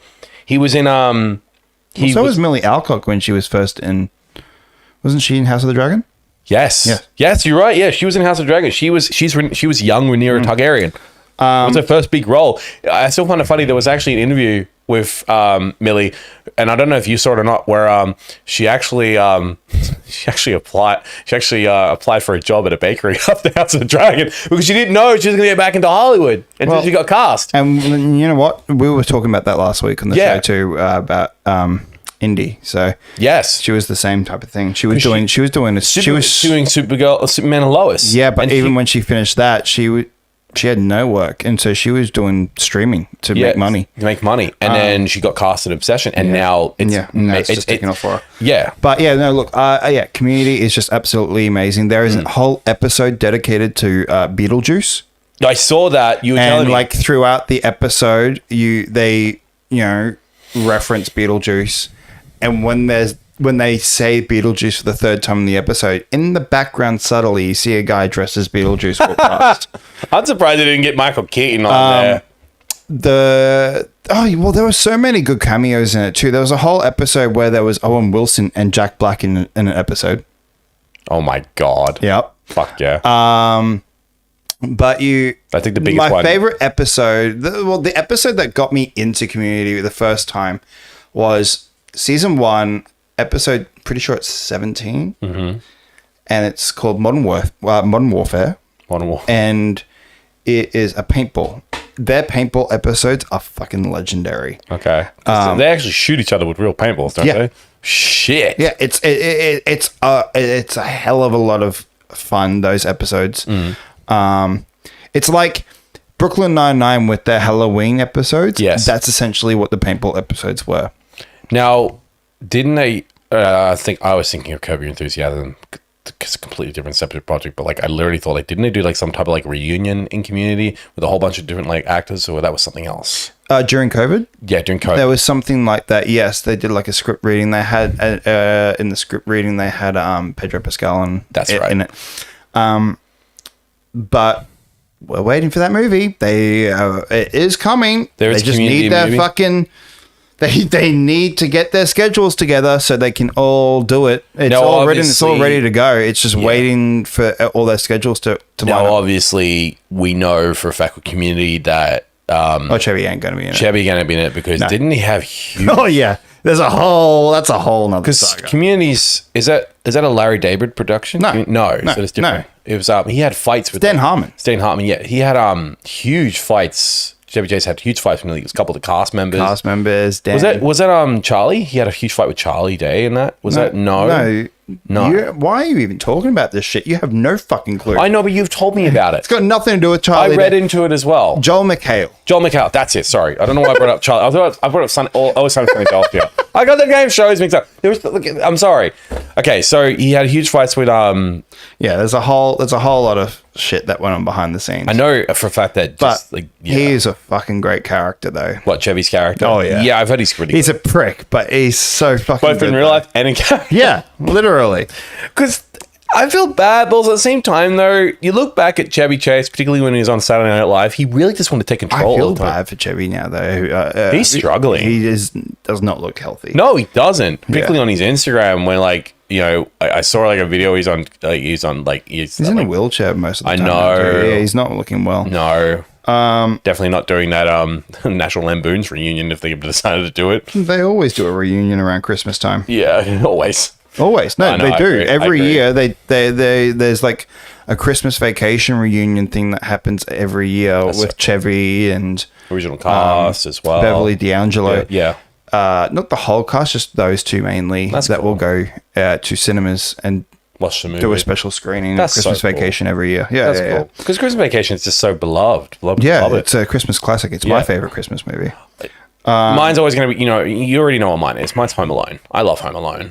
That's my fourth. I love Home Alone. That's like so down there for me. Home Alone, Jingle All the Way, because I love Jingle That's All my the Way. second favorite. Batman Returns, I don't give a fuck what you say. And number one, if you know what I'm going to say. You gotta say Die Hard. Yeah, I'm going to say fucking Die Hard. 'Cause Die Hard is a Christmas movie. Let's do actual Christmas movies. It is a Christmas movie. Don't you argue with me about that. Don't make me crash out about it. What I mean is, my list is number 1 is Christmas Vacation. Mm-hmm. 2 is Jingle All the Way. 3 is The Grinch Who Stole Christmas. I'm going to say The Grinch. And then I would probably say Home Alone. I'm going to include a fifth one. The Nightmare Before Christmas. Yeah, That is a Christmas movie. it is, and it's also Halloween too. It's Both. like around those times. Yeah, It's both. yeah. I'd say that's probably my fifth. It's not up there. It's not up there. Mine's going to be always Die Oh Hard. yeah, obviously the fucking Santa Claus movies. Oh, God. Tim Allen. I retract my statement. Christmas Vacation, the Santa Claus 1. I didn't like those sequels they did. The third one with... The second one was good. Second one was I actually didn't mind the series. I didn't. Yeah, I heard the series. You haven't seen the cool. series yet, have you? I know because I wasn't really. Then Jingle All the Way, then The Grinch. I didn't like the one with Martin Short as Jack Frost. That really. The third one. Yeah. I didn't mind it. It wasn't. I didn't love it. But it was I'm sorry, okay. was it Martin Short? Yeah. Martin Short is freaking like Jack Frost. Terrible. That makeup put me off. I was like, what the fuck, I didn't man? mind it. Nah, it's not the greatest. I fall back to, I spoke about last week in what I was watching. I mentioned about Supergirl. And Will pointed out to me what's that?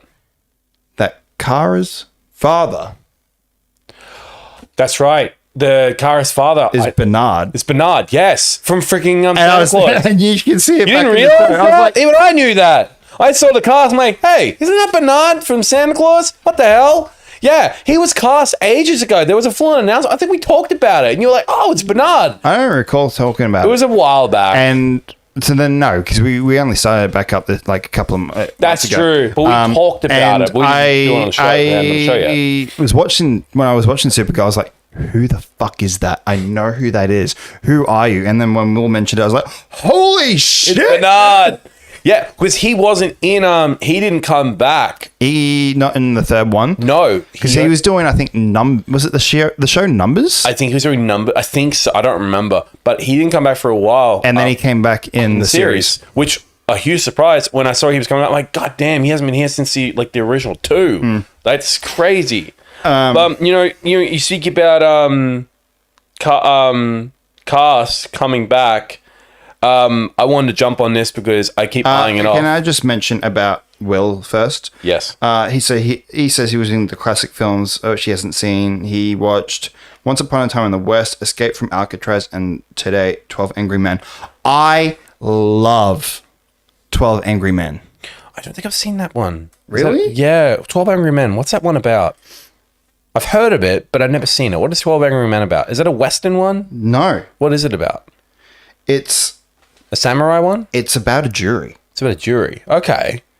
It's literally taking place in a jury room. Okay. And they're going to...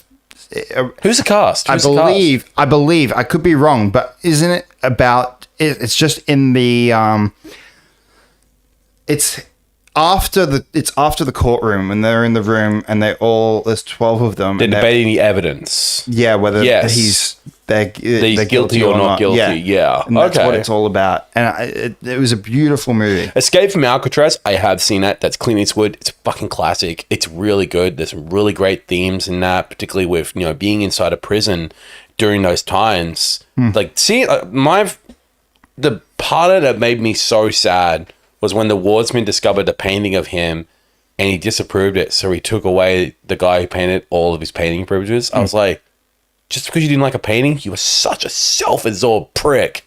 And the painter's reaction to it chopped off all his fingers, which was such a fucked scene. And it pushed me, it gave Clint Eastwood's character the drive to, I have to get out of here. Yeah. I don't care what it takes. And again, that story behind the escape from Alcatraz, whether or not those men made it or not, we still don't know. I believe they made it. But that is a whole lot of kettle of fish. Will says here he was shocked at how good 12 Angry Men is because it's one location, 12 actors, and just... I've got to look it up. It's... Do we know who's the amazing. cast for it? Do we know the cast? Like a couple of... I'm guessing this is a pretty old movie. 1958. 1958. Okay, so definitely you think You won't know anyone. No. Oh, I might. I'll look it up later. But Henry Fonda. I know Henry Fonda. Lee Jacob. Not how to Joseph Sweeney. Martin Balsam. Ed Begley. Jack Klugman. I'll have to look it up. It is a very, very, very good movie. You know what? Speaking of... It's got 100% on Rotten Tomatoes, 9 out of 10 on IMDb, and 4.6 out of 5 on Letterboxd. This is like the first movie I've heard has 100% on Rotten Tomatoes. That's crazy. And it's black and white. It's black and white. But again, those movies are classic for a reason. It's on Prime. Yeah. So fuck yeah. Go and watch it. It's... If you're into film, like it's a movie that you need to watch. Oh, and it's also apparently free to watch on YouTube. Oh, hell yeah. So, right. Speaking of people making a comeback, and considering that this was something I wanted to talk about, and you brought it up to me and showed me earlier. Blue Beetle. Yeah. The original actor that played him, I'll try to say his name, Exolio Maraduina, I'm sorry if I butchered that, is returning to reprise the character. His last appearance was in his 2023 film. That's like 3 years ago. I still haven't seen it. I haven't seen it yet. But I saw the trailer for it. It looked cool. And Blue Beetle suit looked fucking sick. Looked much better than whatever they were trying to do in Smallville. Did you see the Smallville suit? Did you see the Smallville thing I sent you today? Which one was that one? What was that one? Okay. I'm going to bring it up. Oh, God. It's AI. Oh, God. But there's this trend going on at the moment where people are using AI with selfies of themselves, and it's replacing Terry Crews with you in the white chick scene. And somebody's replaced both characters. What, of like Clark? Well, hang on. They've both replaced the original characters in the white chick scene with Terry Crews and the other guy with Tom Welling and Michael Rosenbaum. And it's Michael Rosenbaum being Terry Crews's. It's fucking funny. I'm like, this is great use of AI. Fuck yes, this is amazing. You know, it's funny though. A lot of the Supergirl show keeps popping up on my shorts. You know, speaking of like super fan related, most like bizarre casting for me, and because I can't take him as Lex, is seeing John Cryer as Lex Luthor. I can't take him as Lex. I just see Alan. I was actually just talking about that the other day. I just see Alan. How I loved in that Infinite Crisis when you see the portal open and then the next minute you hear somebody save, and you see him go into obviously Smallville. And I'm like, fuck off. We're going back. They're doing it. They're bringing back Smallville. And I really like, Smallville, man. And you've got that signed by Michael Rose. Was it Michael Rosenbaum? Both. Tom and Michael. Oh, damn. That must have been a couple of years ago, eh? Michael was my first ever Supernova. So that was like 2013. Jesus, that's like a year before I even went to conventions. Yeah, that was my first Supernova. And when did you meet Tom? And you know how much he was back then? How much? $60. He'd be like twice as much now. And the same year is when I met Veronica Taylor and Eric Stewart, the original voice for Ash Ketchum. Brock. Oh, yeah. And then a couple of years ago is when I met Tom Welling. That's so cool. Tom's amazing. And the fact that they got him to come back, both him and the actor. What's the name of the actor? Lois. Yeah, played Lois. What's the name of the actor? I can't remember her name. Eric Dusance. That's it. Erica Dusance. Yeah. The fact you got him to come back, and I love as well how he did get that ending. He gave up his powers, and I like that because I think at the end of everything, it's a good way. We got a continuation. I know with the comic books. Yeah. Yes, which was really cool. Going back to this though, so Variety broke the news. Actually, I'll bring it up. Yeah, I've got it here. Variety broke the news on July 14th, confirming his return to DC's flick. Man of Tomorrow. Man of Tomorrow is currently in production, directed by James Gunn, with the scheduled release of July 9th next year. Well, we're still quite a ways out from seeing the Blue Beetle interact with Kal-El and the crew. The news comes as a bit of a surprise considering how badly the first Blue Beetle film tanked at the worldwide box office. Not to mention, it released right in the middle of the shaky transition between Snyder's and Gunn's respective DCUs, which I do remember that. Yeah, that was a time. Blue Beetle brought in only $130.8 million against $125 million budget, and garnered mixed reviews on release. We scored the superhero flick, so IGN scored it a 7 out of 10. Oh, so it's good. Yeah. 7 out of 10. Praising the film for setting itself from the already bloated genre. Yeah, look, I haven't seen it. I haven't seen it yet. I still need to. I saw the trailer for but there was always that question on whether Blue Beetle was part of the DCU or not. And this it was officially very much confirms it. in that grey area around that time. But obviously, yeah, this means that that movie is canon in the DC universe. I mean, first and foremost, I love the Blue Beetle suit. I reckon it looks great.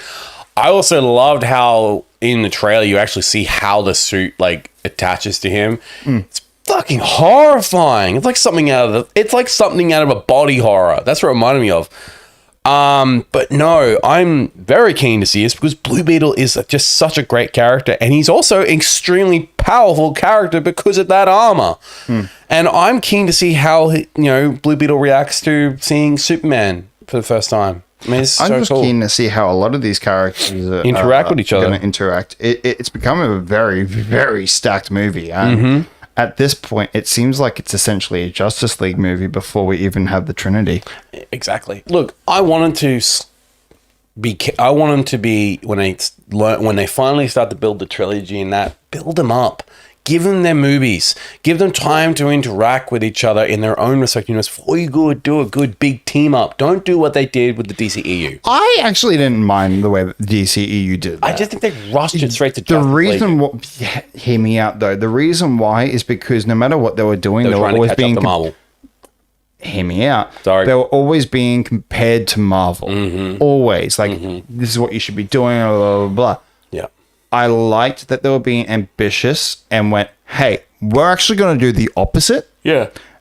And we're going to do Justice League after we release the Trinity.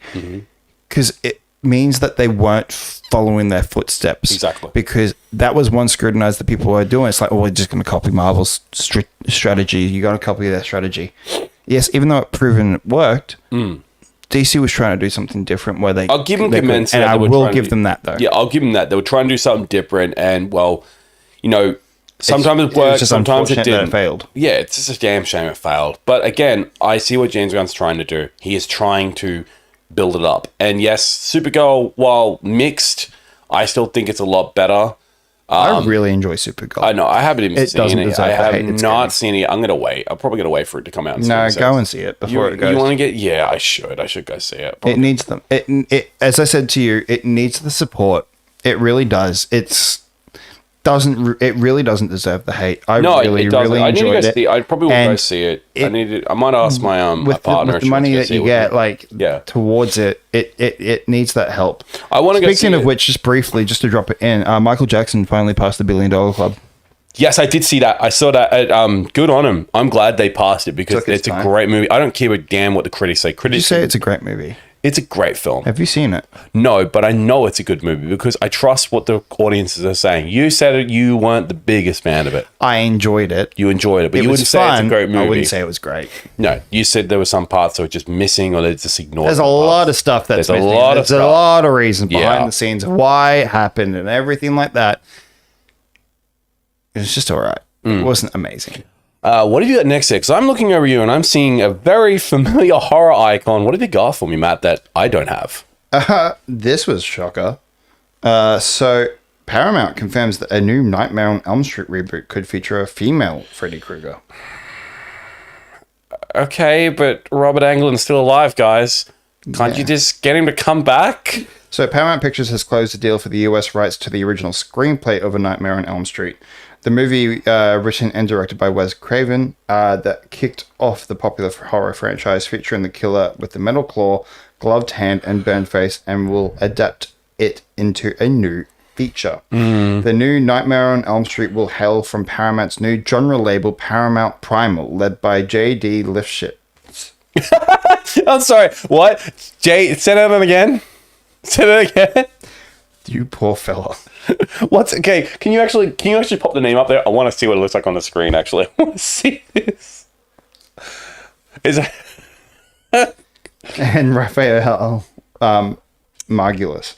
The producers behind films such as Barbarian and Friendship. Okay, Barbarian was pretty good. It continued. The US rights are being licensed from the Craven estate, which includes Craven's widow, Laya LaBunka. I'm butchering the name. And Craven's son, Jonathan Craven. The duo will produce the new iteration with Mark Tobiroff, the attorney turned producer who specializes in copyright law. Lishitz and Margles I'm sorry. I'm sorry. will I executive produce from Paramount Primal. LaBunka said in a statement, "We look forward to bring the world of Wes Craven's Nightmare on Elm Street to a new and completely engaged generation of fans. We know that Wes would have been thrilled to see how horror is taking its long overdue place in the cultural canon. We can't wait for all of us to sit together in a dark theater around the campfire of today as the next chapter of Nightmare story unfolds." How do you feel about it? I think that I mean, considering with we've done the enough with this series. I don't think we need to do anything more. what with Nightmare on Elm Street. Yeah, I agree. Look, they did a new Hellraiser recently with a new lead, with a new female Pinhead, and that got a lot of praise. A lot of people loved it. I like the look of it. I'm not big on Hellraiser because it was not a franchise I got into, but I did get into Nightmare on Elm Street and Friday the 13th. I have seen the originals.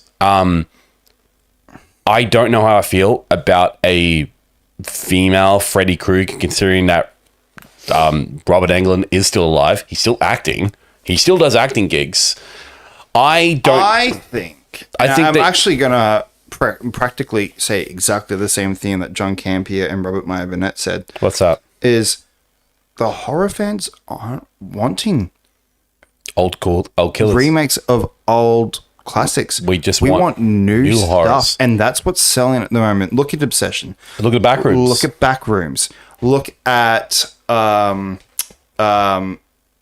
mean, I wouldn't even say it's a movie, but it's a series. From Yep. all of that stuff, all of this new Look type at of horror stuff. the Terrifier franchise. That's a whole Art the Clown's such a new character, and people love it. I mean, It's a whole new. It's a fresh new creation. It's not an existing IP. But you've got like it's not Knives Out. What was the most recent?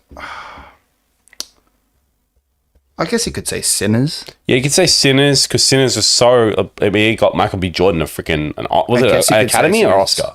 It's an Oscar. Is it Oscar? Yeah, it's an Oscar. One Best Picture, I'm pretty sure. Yes, one Best Picture. He got it. I don't know if you would class it as a horror, but I count it as what a I'm horror. saying is like a lot of these new stories, people like the horror community this is what it's craving right now is new stuff, not remakes of old classics. Yeah. I don't think that this needs to be done. I agree on that one. Actually, Paramount, good luck to you.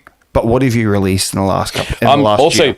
What have you released in the last year? not much. Avatar, The Last Airbender, which fucking leaked out. Yep. And Jackass, Jackass Best in which Class. has not done well. No, it hasn't. It's done shit. I've actually So I've not seen and it yet. these guys, which we're going to actually get into, because I said on my share before, this is a big show tonight because there is a lot of shit to cover. Yeah. And one in particular is the merger and Oh, everything God. happening with the Yes, merger. yeah. And these are the people that are going to be buying Warner Brothers. You've released 2 movies this year.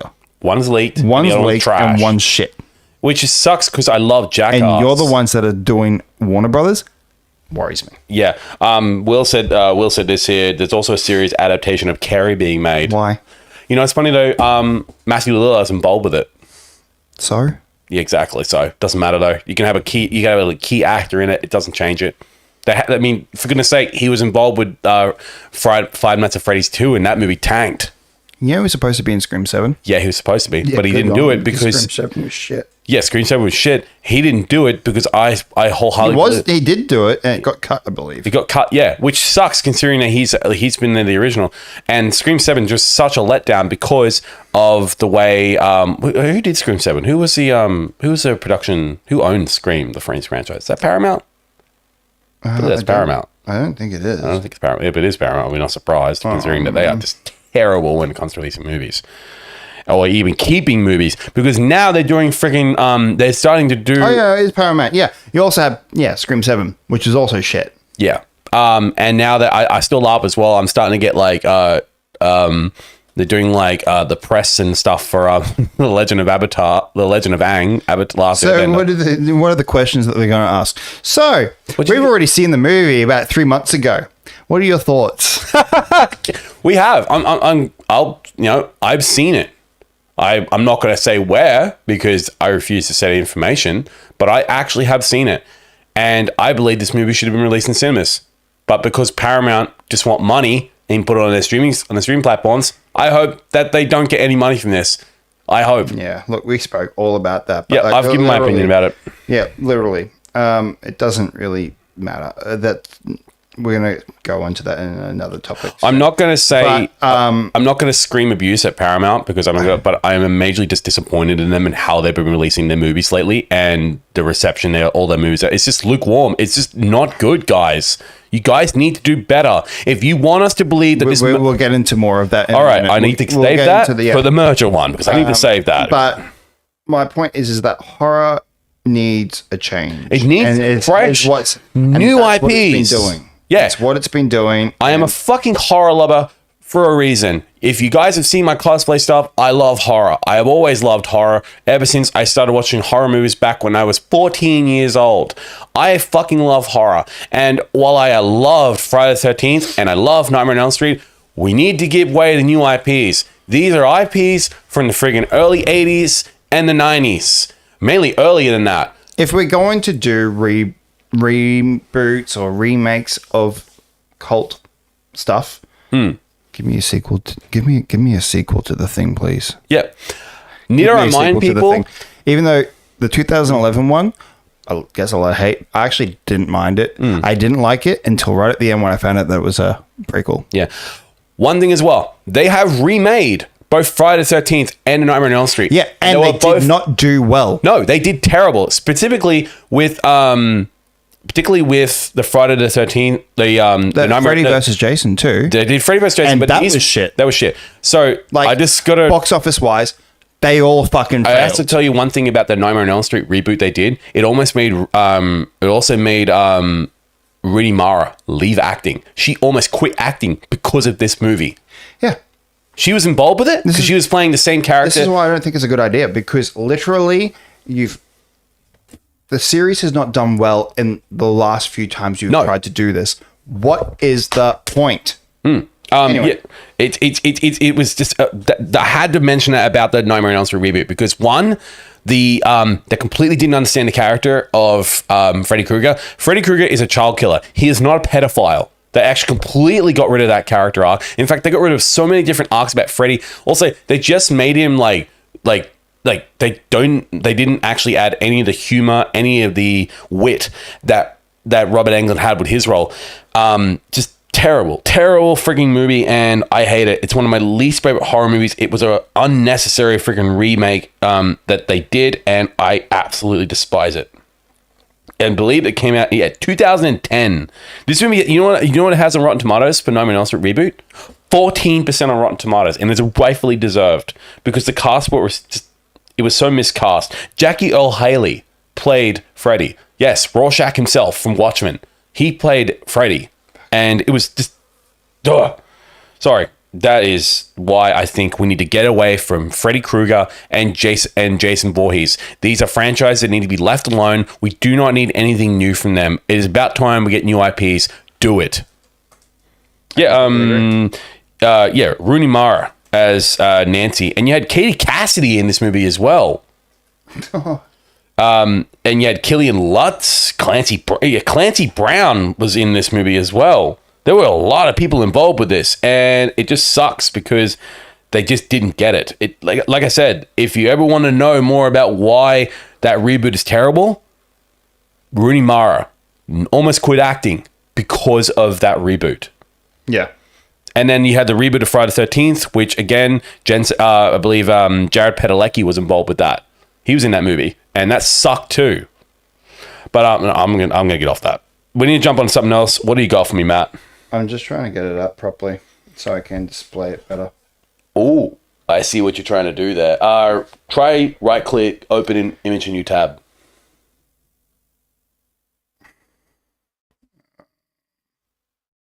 Does that work? No, it just opens up the same thing. God damn I have to sign in. Let me see if I can get it. Yeah, I know, but I want to be able to display it up here. No, I can send it to you on Messenger if you need me to. Yeah, all right. Actually, I'll do that quickly. Give me a sec. Yeah, give me a sec. Because I've got the article here. I've got the article here. Because what I'll do is, I can get the picture. Give me a sec. Let me see if I can find it. Where is it? Come on, load. We got it here. Hold on. Give me a sec. Come on.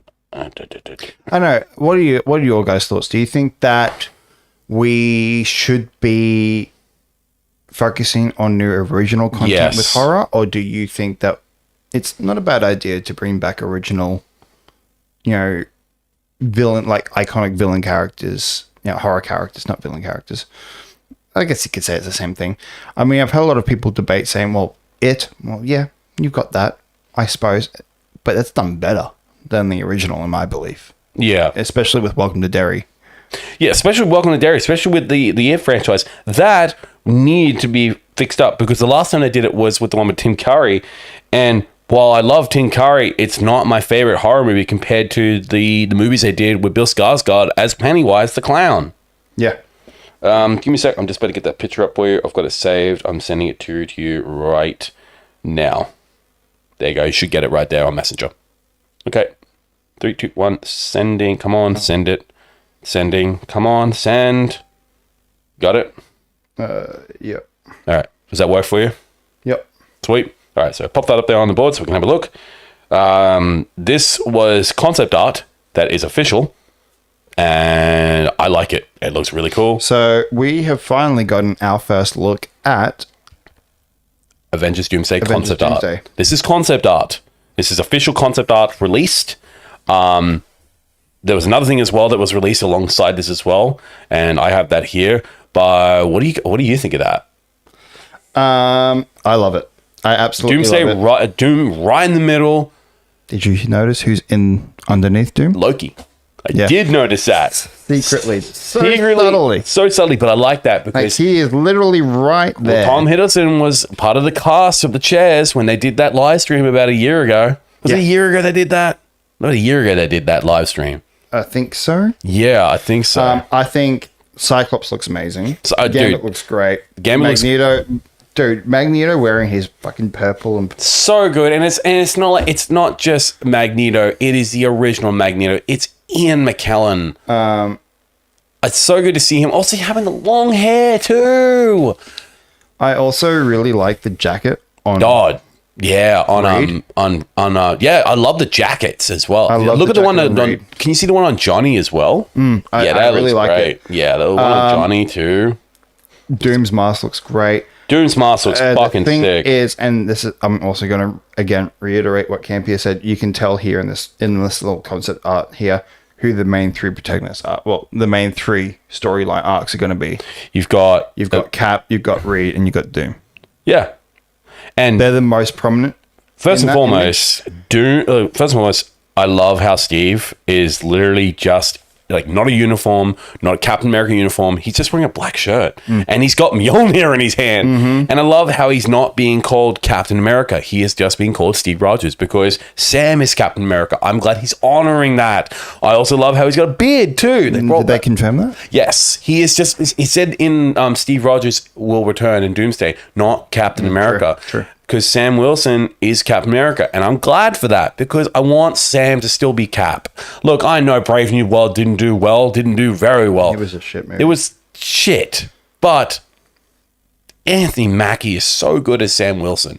I also love the look here of Mystique. You can actually kind of see the white outfit of Mystique. Yes, just subtly he is wearing right a there. white outfit. I do And like also that. you've got Nightcrawler. Nightcrawler, you got Beast, Magneto, Professor X, and again I have to Shang-Chi there. You've also Shang-Chi? got Black Panther and Mbob. I can't pronounce his name. you got M'Baku. Shuri and Mbaku. Shuri, yeah, Black Panther. You got Shuri. Thunderbolts there. You've Yep. got Ant-Man. Did I say Shang-Chi? Yeah, you just said Shang-Chi. You got Thor, Ant-Man, Yelena, Red Guardian, Ghost, U.S. Agent. You also got right behind U.S. Agent is Sentry, which it's Bob. And you got Bucky as well. Thor looks great. I'm glad that he got rid of that ridiculous, colorful uniform he had in Thor: Love and Thunder and went back to that awesome looking costume he was wearing in Infinity War, because that's my favorite look for him. You also got Nightwill. Nightwill. Have a good night, man. Thanks for dropping by. I have to agree with you about Cyclops. God, he looks good. He looks great. The classic uniform, and it's James Marsden too. He's finally getting recognition for a role that he got polarized for because he didn't agree with him, but now he looks amazing. great. obviously you got Fantastic Four, you got Reed, you got Sue, you got Ben, and you've got Johnny, you got Anthony, you've got Captain America, Falcon, and you've got the new Falcon behind him. Yep. And damn. So the Hollywood Reporter has also revealed, though, that the Avengers Doomsday has a runtime of 2 hours and 45 minutes. With 3 tickets hours. for the film going live next week on July 20th. July 20th is when it goes which live. is so interesting since we haven't had a trailer. So my guess is we're going to get the trailer. At San Diego Comic-Con. No, my guess is the trailer's on the 20th. You reckon the trailer's going to be on the 20th? It's going to be the 20th. And then at the end of the trailer, we'll say tickets are available now. Are we going to be getting those tickets on pre-sale? Fuck yeah, we will be. We'll go to the midnight release if we Yeah, have to. we will be. The outlet notes that the runtime is not locked, but tickets pre-sales going up this early means that the film's length can't change too significantly without impacting the showtime it's selling tickets for. Still, it will likely weigh in as one of the longest Marvel movies to date. Avengers Infinity War was only 2.5 hours long. Yeah. Endgame was 3 hours on the dot, with Doomsday stacking up right in the middle. The Hollywood Reporter expects that a trailer will drop the same week as the ticket pre-sales go live. Yeah. As Marvel Studios will host its San Diego Comic-Con panel on July 25th. I think it'll go live on the 20th. Yeah. I think Although the we've tickets gotten- the trailer will come out the same day. Yeah, so like it said here, just after that last part, got a few teaser trailers for Avengers Doomsday, and also the full trailer has only been seen by the CinemaCon attendees up to this point. And I don't think we're getting that trailer. I think it's gonna be different. Yep. Because didn't that trailer get leaked? No. No, you reckon it's gonna be a different trailer? They couldn't leak that trailer. Yeah. There were infrared sensors throughout all of that. So people who were recording could have been caught. Not only caught, but like it was also blocking the camera sensors. Oh shit! Yeah. I didn't know you could do that. You could do Yeah, that. they did that, yeah. It's unclear if the same trailer will be the one released to the public, or if it will be something entirely different. I think it'll be something That trailer was shown 3 months ago, so Marvel has certainly had enough time to cut together something Exactly. new if it wants to. It also wouldn't be surprising if this new trailer is attached to Spider-Man Brand New Day, which releases July 31st. Yeah, it While will there's be. some plethora of rumors out there about Avengers Doomsday, we don't really know that much about the film. So far, we know Robert Downey Jr. will play Doctor Doom, a bunch of Marvel heroes like Steve Rogers are returning. The new film will feature most of the original X-Men cast, such as James Marsden and Patrick Stewart. A piece of Avengers Doomsday concept was also revealed this past Which we weekend. just showed, yeah. Yep, giving us a first look at the core cast of the film. Beyond that, specific plot points are a bit fuzzy, although they will likely change later this month. We'll find out in the next 2 weeks. We will see.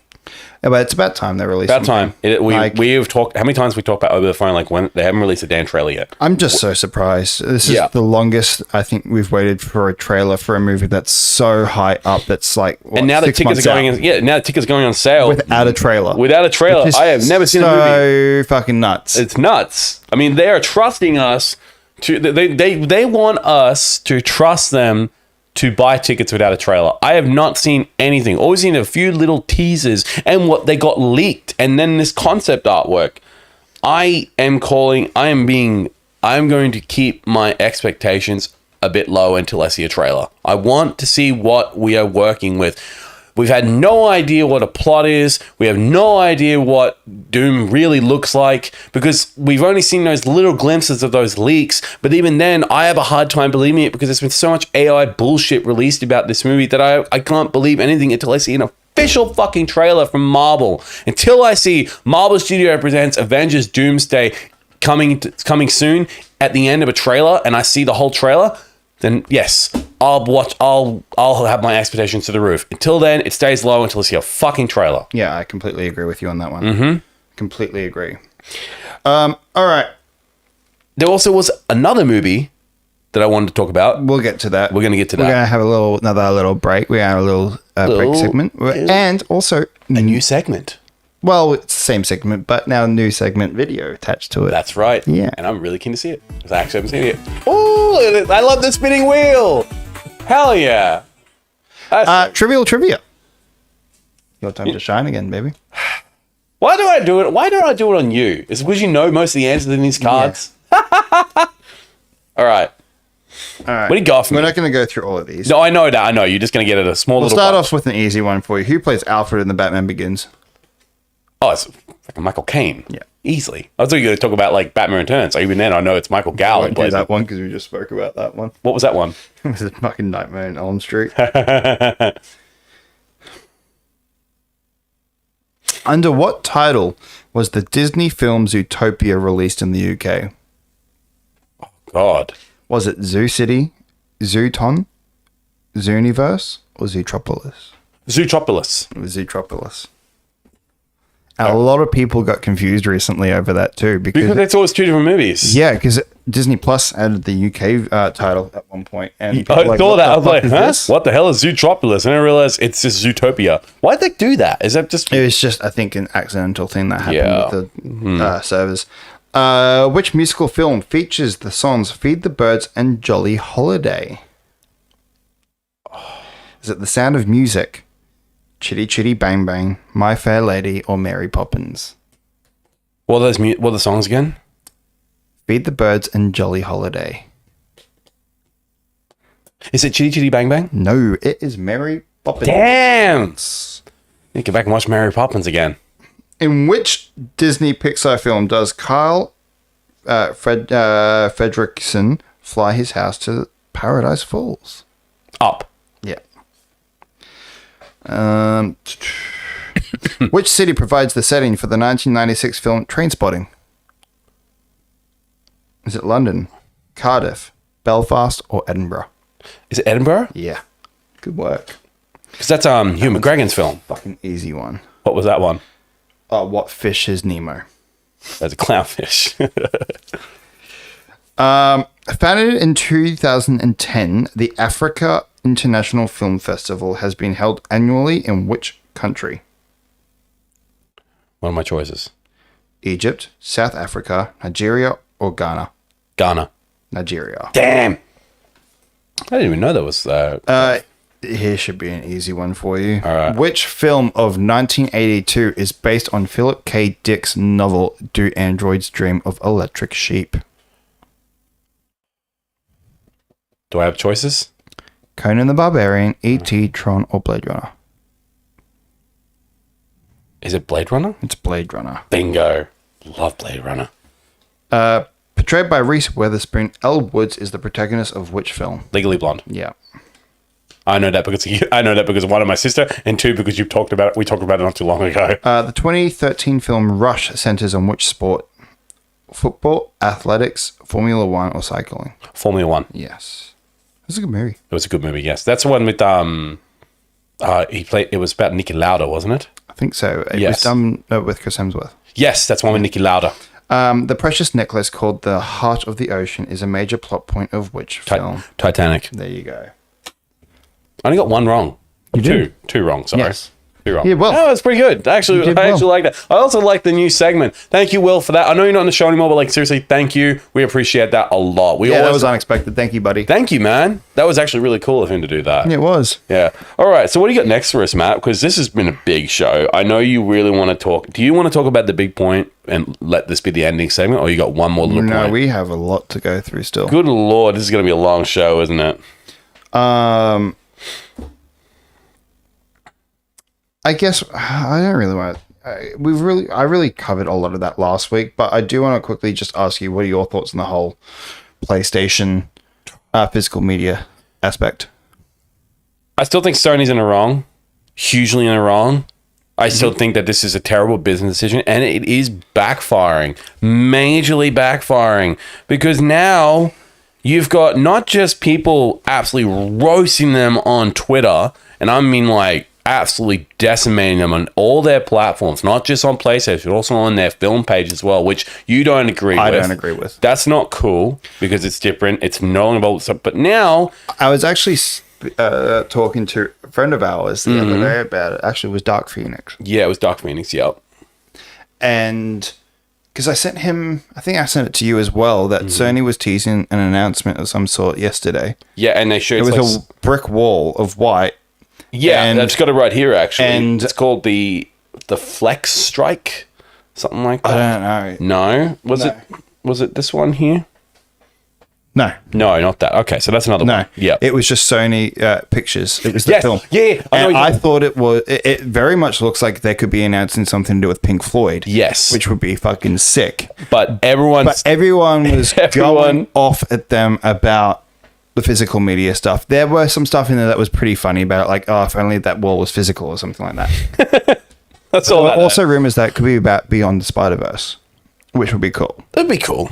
But what I was saying to our the mate of ours, was it's funny doing it, but also it's a completely different division. Exactly. It has no say in what PlayStation They have is doing. no This is say. the gaming division. This is purely PlayStation. It's not necessarily Sony. Exactly. It is PlayStation at the hand. Yes, Sony is the main owner of PlayStation. Yes, it makes sense. PlayStation but the has film its division own- has a completely different say. It does. It's like going to Big W and Woolworths. Exactly. Oh, Big W's got this cheaper, but Woolworths doesn't. Or Big W doesn't stock this, but Woolworths doesn't, right? I know. It's like going to... Actually, best way to say it is going to Big W and say, oh, I can't get my groceries here? Yeah. That's basically It's it. the same company, but two different departments. I know. Leave the films out of it. I know. And, but, people, they're going to attack any way they can. Yeah. They're relentless. And I get it. I get why they're But doing at it. the same time, as though- much as you can to bring out the frustration of it all and get the point across, attack Sony on all fronts. I understand that. yeah. But I don't think that they should be doing it, and I don't think they should be attacking the film division. But Sony did this themselves. This is their own fault, too. PlayStation Did this. But again, you hear PlayStation in it, and it is Sony PlayStation. I understand why people are doing it. Oh, I But do too. I usually will be like, if I want to direct my attention to it, I don't go and attack Sony themselves. I'll go to their PlayStation blade and let them know that I don't like this. In fact, I've done it numerous times on Twitter where I'll go right back to that post right now saying, I think this is a terrible decision and I hope you guys learn your lesson from this. Do not make this move. I think it's Because the fact that they have not addressed it. they have not That's fucking what's addressed been the it. issue. Is they haven't addressed the situation. There's been community notes. They have been community notes. They've been everything deleting like that, community and they've notes been too. deleting it, and that's not good. Just address the situation. Instead, what they've done, they're announced dodging. other things instead, which is not the right move. Yeah, like right At least here. address Yeah, the things. I shared it here, that we all know what's going on. You know what's going on. I know what's going Just on. address it. But look, at this point, it is what it is. However, not just PlayStation. We'll actually quickly add this in because it has got to do with what we were talking about. I sent it to you before. I'm Yep. going to quickly bring it up. Even with that, It's about Xbox. yeah, we'll get into that in a minute. Oh, but no, it's got to do with this. It was exactly what I sent you before. What everyone's worry is. that Xbox is going to go digital. Well, not about Xbox going digital. It's about digital ownership. Yes, I think I saw Where that. is it? Did you send that to me on? Yeah, I'm about to get it up. Yeah, get it up for me so I can have a look at it too because I read that. It's in the messages. Yeah. A Microsoft user has lost all of his digital Yep, belongings I after saw having that. his account deleted by the tech giant. So, having your account deleted means you lose everything. That You lose own. everything. That's the issue. This is what the issue about physical media is being about losing the physical media is the fact that if that happens, we lose everything that we have personally bought with our own money. That's the issue. It's not necessarily the issue about digital. It's the fact that we don't technically own it. No. We are owning the license. And And that license can get revoked immediately if it needs that to. That's what's worrying. That is what's super worrying. Until Xbox and PlayStation say that you own these games, I will never fucking trust them. Because again, like it says in this article right here, that guy that you just showed me before, I just opened up the full article. Microsoft deletes a user's 25-year-old account. Yeah. There's 25 years of games, money. He even had his son's baby pictures after it was hacked because it got hacked. Okay, but first of all, why would you have your baby pictures on the I don't Xbox? know. Yeah, fucking That's weird. Yeah, it's real weird. Maybe that's the reason why it got deleted. But the point is that it's not that you don't trust them. You do trust them. It's just the issue is That's That's what they did. It's just worrying. They deleted his account and his OneDrive. Yeah, so this comes from Joshua Kane. This is on Twitter. He said, Microsoft deleted my account and OneDrive after acknowledging that I am the owner of the account. It was compromised. 25 fucking years of data. Thousands of euros spent on games. My son's baby pictures gone. All because Microsoft couldn't bring back... What's it say here? I'm just going to get the full thing up here. Give me a sec. All because Microsoft couldn't bring back a compromised account. One of the biggest companies ever couldn't do that. So they just deleted that shit like it was nothing. Fucking shame on you, Microsoft. I hope that they learn I hope that this guy gets his account back. And I hope Microsoft fucking offer him an apology. I mean, Microsoft had just been... Also, this is why you also have a hard drive as well. Exactly. To avoid all of the situation. Like, it's not that keep hard it to do on your that. computer itself. Like, keep it on a hard drive. Like, fuck me, But man. look, at the end of the day, the issue is it comes back to Ownership. Yeah. That's what it is. And there's a lot of people going around, saying if buying isn't owning them, piracy isn't stealing. Exactly. Right? Piracy is... Debatable. It's still illegal. It's still very, very illegal. Matthew. But I do see the point. I do see the point, but it's still very, very illegal. Let me throw a question at you. Do you think with this digital future that Sony and potentially Xbox One, do you reckon piracy is going to get worse because of this digital future? Particularly here in Australia, because we are the biggest piracy. We are the biggest piracy because, spoiler alert, filming companies. We're convicts and we were already pirates. Yeah, but you're not. Yeah, I know, but I'm Canada's one because look. I'll be honest. I've seen piracy before, and I honestly believe. No, I mean. Yeah, because of my Indigenous heritage. Yeah, I know what you meant. Yeah, we are. You're the convicts. I'm the owner. So we were technically that, but. Do you think that could happen? We were the biggest piracy section. We still in are. The country. I don't know if we still are. We still are. Are we still? Fuck yeah, we are. I know so many people, like literally. Yeah, I want to know the actual numbers for that though. True. Because I know that the numbers, we were the highest up there, especially around the Game of Thrones era. Oh God, during Game of Thrones, not the final season, but during that, because no one could afford it back then. It's worse now. So I think there's a good chance that things can happen to lean more back into piracy and torrenting and all of that. As much as the government's going to make it harder and harder and harder, I think there's a good chance that piracy is going to come back in full force. Australia is not the biggest piracy nation globally, but it has historically had one of the highest per capita rates of digital piracy, while countries like the United States, India, and China generally top total volume metrics due to the sheer population size. Australians consistently rank disproportionately high in per capita illegal streaming and downloading. The primary drivers for this include delayed release dates for media and the high cost of fragmented streaming services in this country. To combat this, the Australian Federal Court regularly issues injunctions under the Copyright Act, ordering major ISPs like Telstra and Optus to block thousands of illegal torrent and streaming domains, but it still doesn't do it all. It can block thousands of them, but there's always new websites pop up every day. There's people literally torrenting movies as we speak. I know there are people are still doing it. And you think, how the hell can you stop people on the internet? The internet is such a vast, huge place, and these major tech companies can't control everything, no matter what they can say. Yeah, look, it's definitely a hard thing, that's for sure. To try and stop, but I think the way that things are going, there's a good chance it's going to happen. It will happen. And then there was one part in this article about the Xbox thing that really, really interests me, and I had to read it here. Let's go back and read it again because it was just fucking fascinating. Give me a second. Hold on. I'm just going to get it here for you. Read it again. It was in the same one that you sent me about that guy who lost 25 years of data. And there was one point and I wanted to read it. Give me a quick second. Let me just get it here again. Yeah, I know that. Page can't be loaded. Fucking load it. Come on. You were working before. I don't care about the author. Fuck you. All right, here we go. Give me a second. It's loading. It was one part here. If digital is the only way forward for gamers, the companies like Microsoft and Sony need to figure out an improved solution for recovering compromised accounts. I agree. Part of the benefits of going digital is that your copy cannot be damaged or stolen, minus the publisher revoking your license. But if a company can't figure out how to give you a hacked account back, then it devalues one of the biggest pros of digital gaming. Yep. I agree. That's what I want. agree. Yeah, I agree. All right. Well, while we're on the topic of Xbox, you wanted to read this one. Thousands of Xbox players demand an end to layoff studio closures on Microsoft's own fan feedback website. Why? Just why? Just like What are your thoughts on this? I'm like, Are you with them or are you against them? or like the players or against Xbox? The players.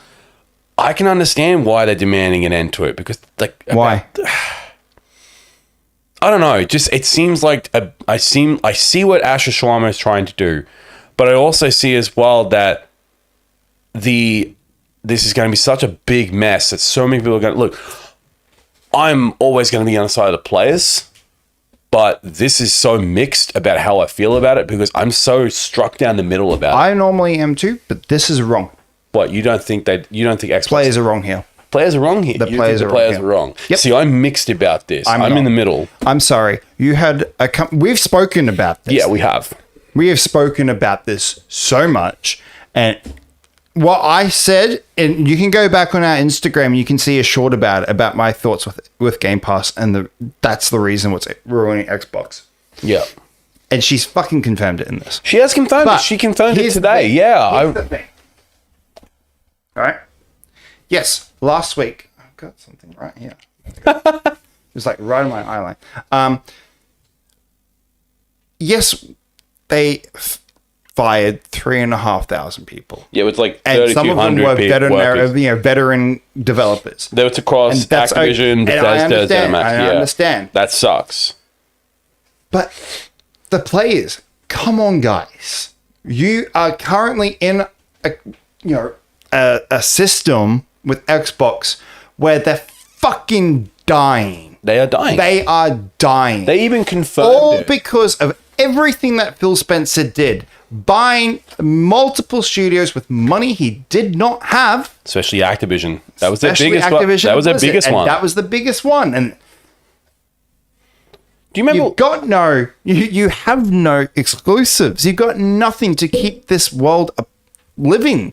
I mean, Halo And Combat Evolved. That's now on It's on PlayStation. PlayStation. You know, you had Indiana Jones, which was originally going to be an exclusive, and then what happened? You It's released now it on PlayStation. I still Same with can't- Forza. I still can't believe that Halo is going to be on PlayStation for the first time ever in The years. thing is that Xbox is at a loss, A huge loss. a huge loss. Even Asher Sharma has said that. Asher is saving it. If it's not big, if you're not getting studio closures and layoffs, you're not gonna have an Xbox. You know, someone made a good point You're here. not gonna have it at all. These things are necessary as a business to happen. The studio closures, they weren't really closed. They are out for other people to buy or go independent. They are not actually closed. That's the one thing that she did with that whole layoff thing with studios, is she made sure that they weren't going to be closures. They were going to be sold off. Yeah. So listen to this. The post has become a trending topic on the forum and prompted other users to support it with over 3,000 votes. Many are expressing their frustration with the Xbox decision making. This is another quote from one of the people. Making fewer games and focusing on sequels in existing IP is a slow death, said one user. Growth means taking risk and letting creative people try new ideas. Another user honed in on the lack of accountability from Xbox leadership. I especially agree that layoffs are a failure of leadership. These are talented developers. If you cannot figure out how to make money with their skills, the failure is with the leadership. See, I have to disagree with that. That's because wrong. He's got too many. Xbox had so many studios that you had too many cooks in the kitchen. Way too many. You had Phil Spencer going, yes, let's create all of these games, and then go, no, you know what, never mind. Perfect Dark. Perfect Dark. And they closed the studio who was doing it. Like, everything She wasn't- that you're having an issue about, it's all got to do with all the shit that happened because of Phil Spencer. It's got nothing to do with Asher. Asher's come in to save Xbox's ass. She's fucking doing it, and now you're complaining about it. Why? Yeah, Microsoft's long-term future in gaming remains extremely unclear, but hopefully it can get things back on track and keep Xbox alive. I do believe that if they do not do this, then Xbox is going to fucking die. Yes. They'll fail as a company, 100% and they are. they'll be continued, and there'll be no more Xbox. Imagine Xbox dying, and you can't get access to any of your games at all on your consoles because there's no Xbox Live. There's no Xbox memberships. There's nothing because there's no Xbox anymore. I cannot imagine that in this reality because it's such a major company. I don't think Microsoft will kill Xbox because of the money-making machine it is. Well, I heard that Microsoft originally was actually looking splitting ties with Xbox, and Xbox was going to go independent. See, that would be... I heard that a while ago. So did I. I remember hearing about that. And look, I am honestly... I don't think that should happen because Microsoft have always had Xbox, considering all the IPs they have. I honestly believe that one thing Xbox needs to do, and even Ash Form said that you need to stop, and you've said it before, stop releasing games on day one on Game Pass. Yes, 100%. Because Phil Spencer thought that Microsoft was going to be saved by Game Pass. Look what happened. Phil Spencer thought anything can be an Xbox, which he did say. That was his words. Anything can be an Xbox. My Fire Stick is an Xbox. My phone can be an Xbox. My tablet. Your phone can be an Xbox. My tablet. That's what's killing it. Yeah. It's not making us buy the consoles, and that's why Phil Spencer is no longer involved with Xbox. That's why he resigned. It's just... I hope I'm sorry. I'm normally with the players, but you are fucking wrong on all of this. They're not understanding that Phil Spencer put too many people in one massive company and blew millions. Not millions, also, billions. Asher also going to fucking Bethesda and literally saying, you know what? We're also going to give Fallout to another studio as Obsidian, who made New Vegas, which again, she can do that. Sorry, what have you done with Fallout? They've done nothing. You did Fallout 76 was the last one. The last one, and that which was shit on release. And then you did. And now it's just an online game. Yeah, and what was it? What was the last one? What was that? They did Starfield, which I'm sorry, that sucked. The last thing that I think that Bethesda's done well. Starfield. No, Indiana Jones, and the Oblivion remake they did, but even in the Oblivion remake, it has got nothing and no also, support. Also, Elder Scrolls, the next one, apparently not coming out. I think now until 2037 or something like that. I heard that it's not coming out for another it's still years away from being made. I'm just like, guys, you want to just you want to make games, cool, make games, but give us fucking updates on Elder Scrolls 6 because there's been fucking nothing. So I'm glad Obsidian's actually stopped production. Yeah. The long-awaited Elder Scrolls is still in early development and is not expected to release until around 2028 to 2030. What the fuck? That's literally like 2026, 2027, 2028, 2029, 2030. That's 5 years. That's the earliest it could be. The earliest? You mean it could be longer? You've had years. Skyrim was your last Elder Scrolls. Yep. And then you had Elder Scrolls Online. Been on PlayStation 3, PlayStation 3, Xbox 360, PlayStation 4, Xbox One, PlayStation 5, Switch 2, PlayStation 5, and also Xbox Series X and S, yes. And also on Steam Deck too. Steam Deck and PC, yeah. It's PC. been out for so long, it's exactly the same amount of time as GTA 6, and we're getting GTA 6 before Elder Scrolls. We're getting GTA 6 for fucking Elder Scrolls, and that is just insane. Pisses me off that they were holding on to the Fallout license for so long. Yeah, Todd's done nothing. I'm sorry. I don't believe in Todd Howard anymore. I stopped believing him after the disastrous launch of Fallout 76 and also Starfield, because I'm sorry. Starfield was atrocious. There's better fucking space games out there. Play No Man's Sky. Star Wars Outlaws is better than Starfield. Star Citizen, a game that is not even released yet, is better. Because I have seen gameplay for it is far better than Starfield. Do not play Starfield. It sucks. It's not a good game. Unless you're doing the mod where it's Star Wars. Yeah, unless you're doing the mod. That's fantastic. That's fantastic. I've seen game. Yeah, same here. I agree. And I'm glad Obsidian is making a Fallout game because Fallout New Vegas is my favorite Fallout game. I like it more than 4. It's the best. It is the best because because Obsidian no RPGs. Yes, I know the Outer Worlds 2 did not do well, but it is the Outer Worlds, the original, did so much better because 1, they didn't rush this game compared to 2, which did feel really rushed.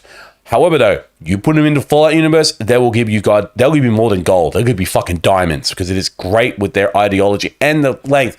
So where you can go to with Fallout. You can go back to New Vegas. You could do a whole... They could very well be doing that. It'll be a brand new... Look, I'd love to go somewhere else. We've been to California. Take us to fucking Los Angeles.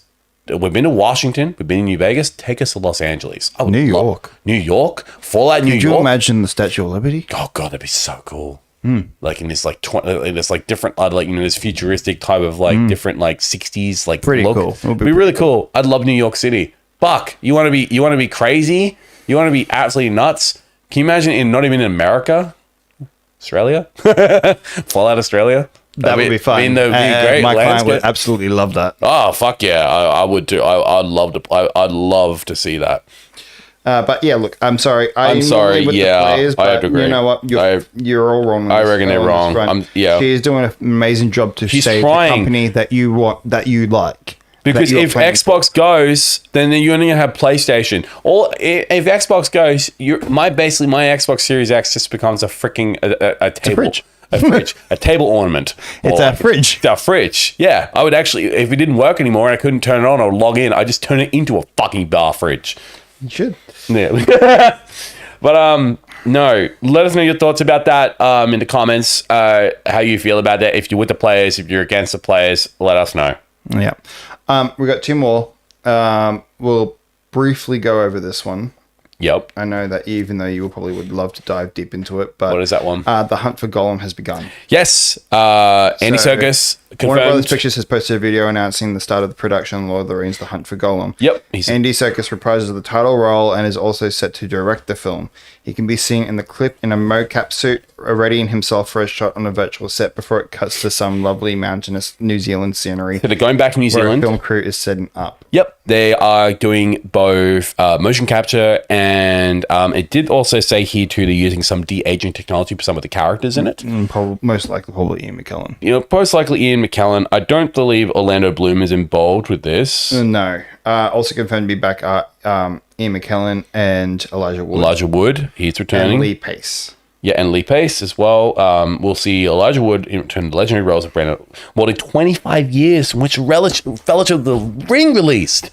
Jamie Dornan takes over the role of Strider / Aragon. Because it's a younger...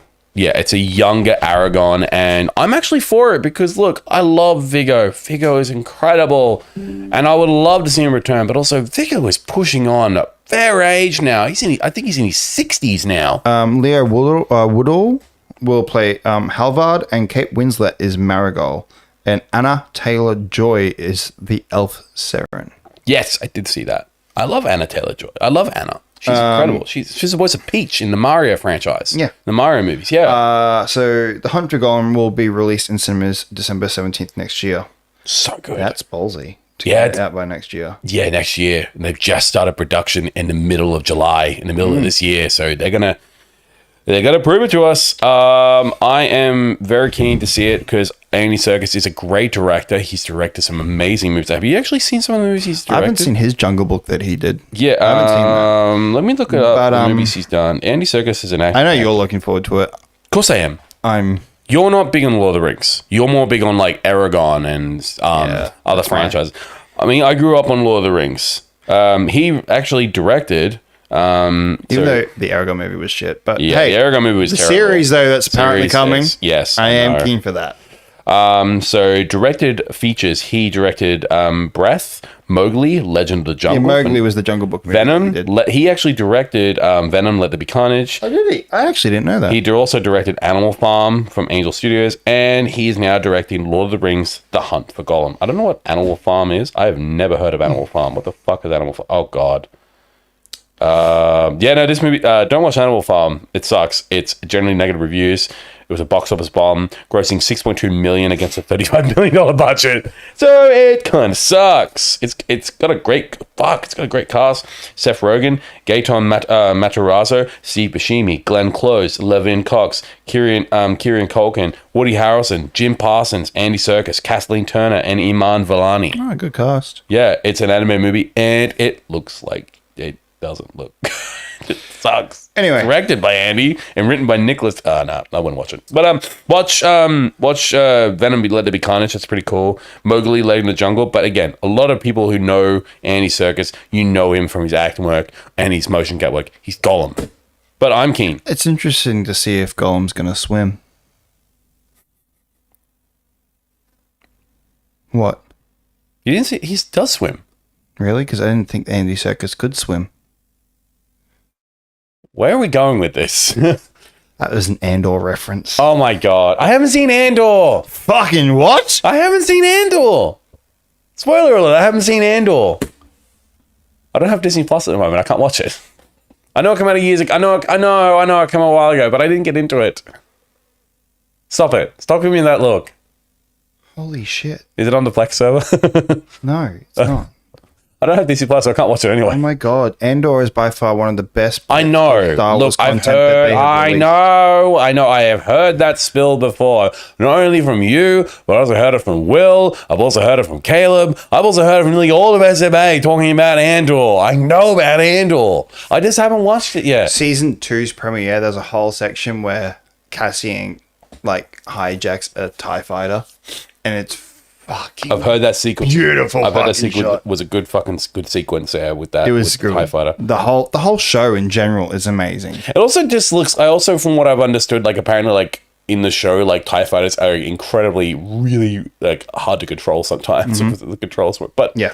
however It's they do fantastic. it, You need to watch it. I need to watch it. Anyway, I need to watch it. the reference to that is because his character can't swim. Yeah, no, he can't. His character can't swim. Yeah, actually, no, because I saw him in the trailers for it. He was in the prison and that, and he can't swim. No. Damn, that sucks. But no, And when you find out why, it's heartbreaking. yeah. It's a heartbreaking line. Damn, I'm not gonna, I don't want to bring it up because I need to watch Andor. But no, I'm excited to see him. I'm excited to see him because, again, the most iconic character of Gollum, particularly with the Lord of the Rings. Jeez, the fact this movie comes out next year, like you said, ballsy to be still in production now. And by the way, Andy Serkis is also doing production in the Batman Part 2, unless he's finished his stuff there. I don't think he's going to be in much. I wanted to in much because he's Alfred, for God's sake. Yeah, but you can easily get those things done pretty quickly. Those Yeah, scenes. those He's not scenes. going to be in much. No. He wasn't in much in the first one. Yeah, he almost died in the first one. Spoiler alert, sorry. Too. All right, let's move on. All right, what's to the the last final one, and this is about the merger. This is about the Warner Brothers and Paramount merger. Yeah, now you and I both have agreed on this that this merger should not fucking happen. It's a It terrible shouldn't happen. merger because you got. And apparently, 12 states agree with us. Yes, I did see that because Mark Ruffalo shared on his Instagram account that he said that 12 states have merged, that have pretty much voiced their opinions. So the $111 billion Paramount Warner Brothers merger may hang on that question. On July 13th, a coalition of 12 states sued to block the deal, arguing that it will lead to excessive concentration in the theatrical and basic cable markets. Yep. The strongest claim may be the combined entity will control 30% of the market for anticipated top-grossing films. This is a big thing. California Attorney General Rob Bonta is leading a lawsuit to block the Paramount merger. He says, Abil Garcia says, I think this is a strong case. Yep. Partner at Kesselman Brantley Stockinger. agree. Yeah. I think a massive movie like The Odyssey or Spider-Man, these are very different movies than art films. The suit led by California Attorney General Rob Bonta leans on a Ninth Circuit Court of Appeals cases from 1986 in which AMC accused rival circuit Sayufi enterprises of illegal monopolizing the San Jose Calif market for anticipated top-grossing films. Sayufi, I could be pronouncing that wrong, argue that all first-run films effectively compete with each other and that AMC's definition was too narrow. But the court sided with AMC, noting that if the price for admission to ET goes up, audiences will not flock to My Dinner with Andre. A lot has changed in entertainment over the past 40 years. It's a big risk for the states. But under President Trump, it's become a different story. Amid perception, the federal enforcement has taken a backseat to crony capitalism. States have pursued a more aggressive course on case after case. Let's see. There's going to be a bigger section here. So California has been preparing for this fight. In May, Governor Gavin Newsom sought and obtained an additional $14 million for antitrust enforcement, saying the DOJ had abandoned the field. The office has posted job openings for lawyers who want to work on Paramount, Warner Brothers, and other high-profile cases. I don't know. What are your thoughts about this? Just this merger should not happen. Because here's the thing. If this merger happens, Yes. Paramount is just let me speak. I need to speak from my mind. If this merger happens, Paramount is going to have full control of the DCU and films being released. And considering their track record with movies being released with them, including movies getting hacked and leaked, Legend of Avatar, for example, I think this merger I think this merger should not happen. It is a dangerous merger because you've got Paramount, who, I'm sorry, you cannot trust Paramount. I have never trusted that company when it comes to movies. They always fuck it up and do the terrible ideas. I mean, we're going to say, look at Jackass Best and Last. The last Jackass movie was meant to be a crowning achievement, and it ends I up... always thought it wasn't going to be good.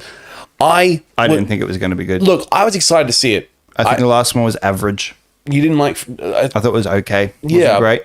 And this one, I had no reason to go and see it. I still haven't seen it yet. It's a reason. I think it's one that I'm like, yeah, I'll wait till it comes out. I feel like I'm the same too, because like I love Jackass. I grew up on Jackass, just like you did.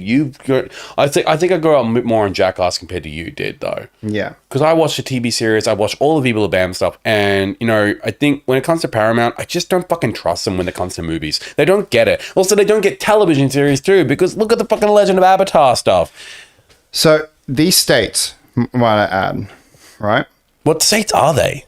So it is California, Arizona, Colorado, Connecticut, Massachusetts, Minnesota, Nevada, New Jersey, New Mexico, New York, Oregon, and now Washington. Damn, you've got New York there. So, who's the new mayor there? Like the mayor of New York City, because he's a fucking badass. I'm not sure. I think it's Maserati. Maserati. I can't remember. Sorry if I'm butchering the name. But the New York mayor there is an absolute freaking tank in a good way. So yeah, it says the Justice Department in June signed off on Paramount's bid to purchase Warner's, finding that the merger will increase competition. Yep, it would. But the thing is, right, and this is what everyone seems to be forgetting, by this whole lawsuit, this merger ain't happening in October, which it's supposed to be. It's not happening. It's going to wait, and this could go on for at least a year or two. And you know what that means? What's that mean? If Paramount, remember this is what happened, this was part of the deal. If Paramount can't land the deal and finalize it Netflix in gets October, no. Who gets it? Paramount owes the shareholders of Warner Brothers $6.5 or $6.8 million per day. Shit. It goes on. They'd go out of business. They'd lose billions. It means if this goes on for a year, they're going to be every day for 365 days, has to pay $6.5 million. Better tighten your belt, though. You better, if you want this merger to happen, you're going to have to make it quick and get through the courts. But the problem being is, I'm sorry, no matter how big Paramount Plus is, they can't fight 12 states. These are states that have billions and billions and billions of dollars, and these are quintessentially, okay, do the math. 6.2 6.5 plus 6.5 plus 365.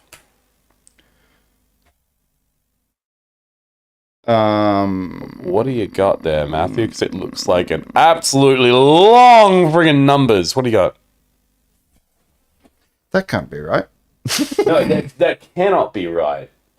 That cannot be right. There's no way it'd be. That is theoretically cannot be correct. It's exactly the same thing I've asked it. What the hell? Actually, yeah, bring my phone up. Do it on your phone. Do it on the actual calculator on there. Or, I don't know. I'm not touching my phone at the moment. How many zeros are a million? Oh, come on. Really? Out of my blank. Did you go to school? 6.5. Is it 4? Okay, 60,000. You do 60,000 and then you add more to that. 600,000.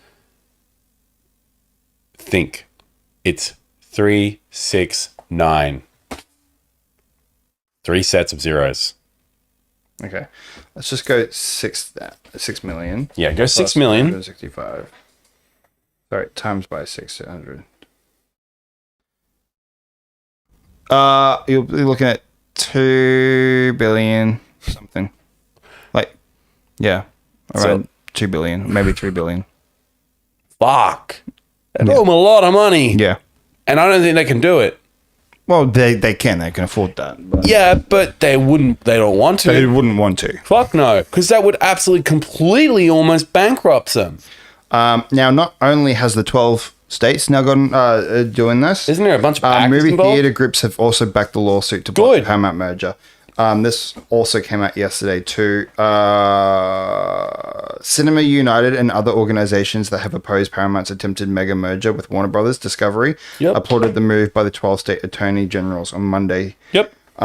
So the Cinema United, the trade organization that advocates on behalf of the movie theaters across the country and internationally, took a victory lap on the challenge to a deal it opposed, arguing that the small business across the country will suffer. The ramifications of further movie studio consolidation will be significant and lasting, not just in Hollywood, but on main streets across the nation where local movie theaters serve as cultural and financial cornerstones for communities of all sizes. I honestly feel that a lot of people would suffer with this merger. In fact, I think multiple people would lose jobs, they'd lose money, theaters would shut down because it seems to be, in my personal opinion, that Paramount Plus is anti-theater. They want everything on their streaming service. If they get this merger, a lot of movies that are being released by Warner Brothers would just end up on these streaming services and never go to movie theaters. That is why this merger should not fucking happen. 14 hours ago as well, the Writers Guild also sues to block Good. Paramount Warner Brothers They merger. should. Paramount should not have a hold on friggin' Warner Brothers. It should Now, have everyone, I've seen a lot of people saying too,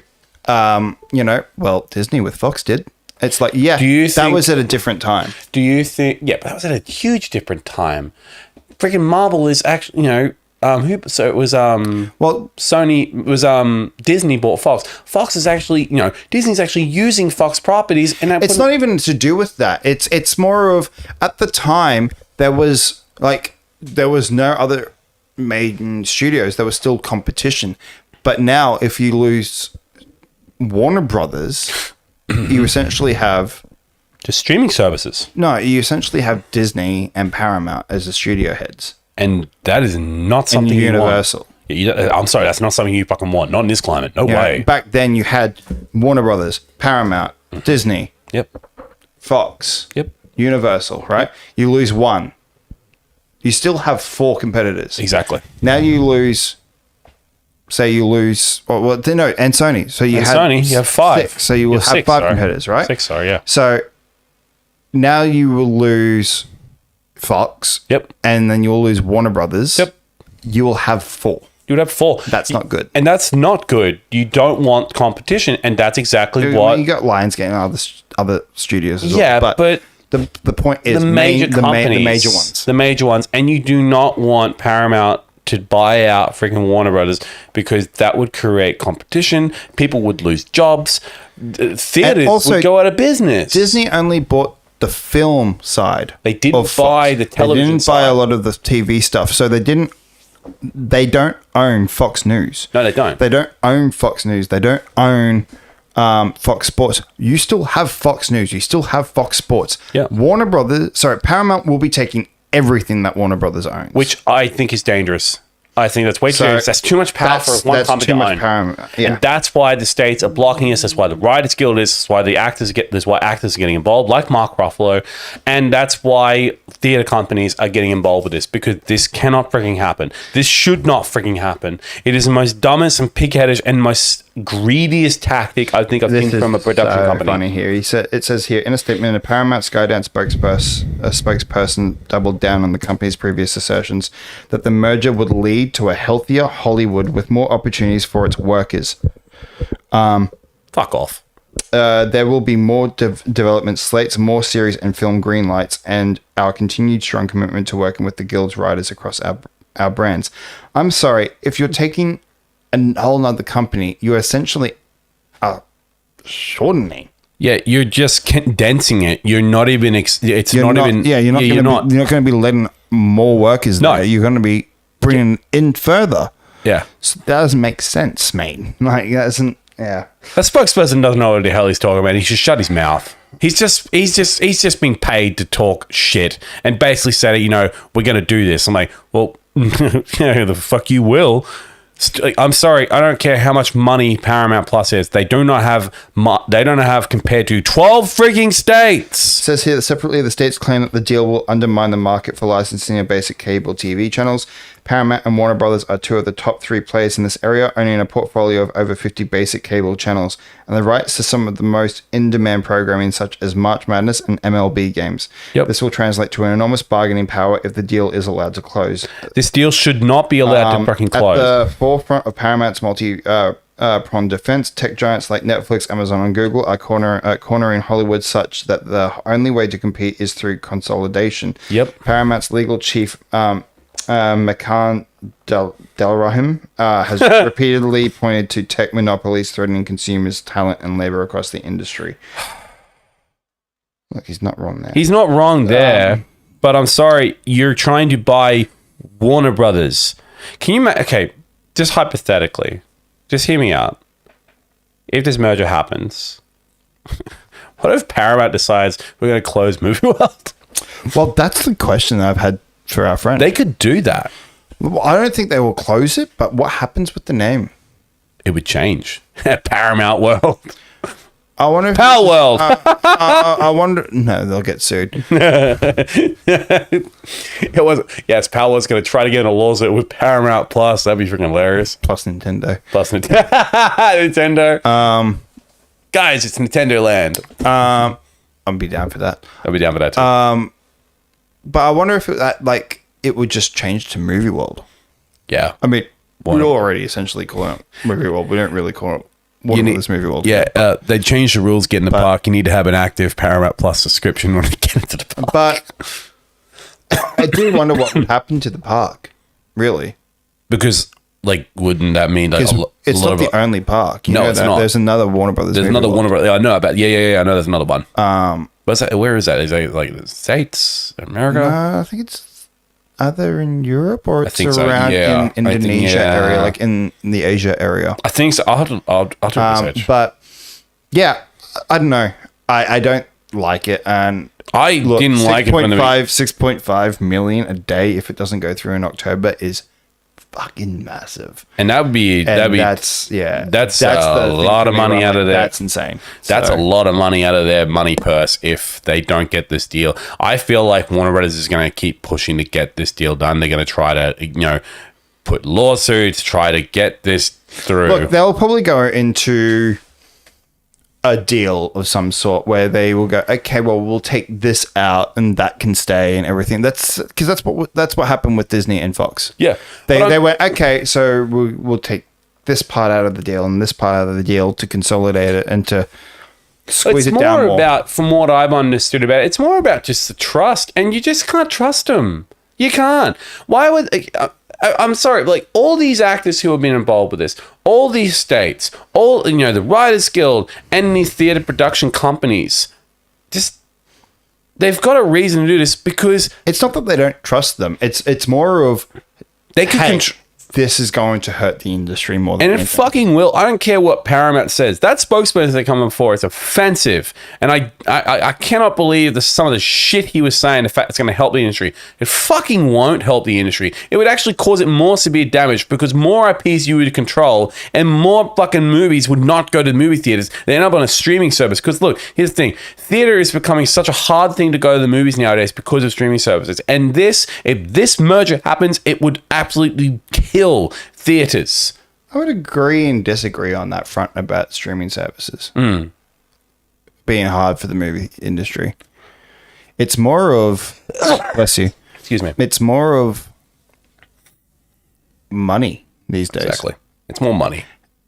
I like the People old can't afford to go because it's all rising rates, and especially here in Australia, you go to why do you think I go to Cineplex Theatre? I don't even go to Cineplex. I love going to Cineplex. I go to the you go to one. you go to your one and you're like, I go to the Cineplex because it's local in my area. But again, I've had theaters in my area shut down. We had the one over in not far from me, a suburb last week, lost its entire theater. There was two major theaters in my area, and one's gone. We've only got another one left. There is another one up at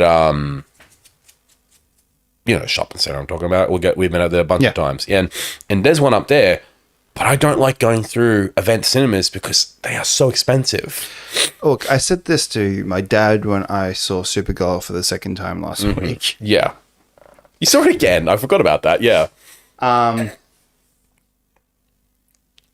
I don't mind paying the exorbitant amount of money for the candy bar. Yeah. Because it's what keeps the theaters going. Exactly. The ticket sales go a lot, like especially the first 2 weeks. Yes. Go to the studio itself. Yes. So the theater relies on the candy bar pricing. It does. But it keeps going up, and they can't control it. It's not the theater's fault. It's just the rising cost of just everything. Life. Yep. Yeah. That's it. It's just life. Life is skyrocketed right now. Exactly. So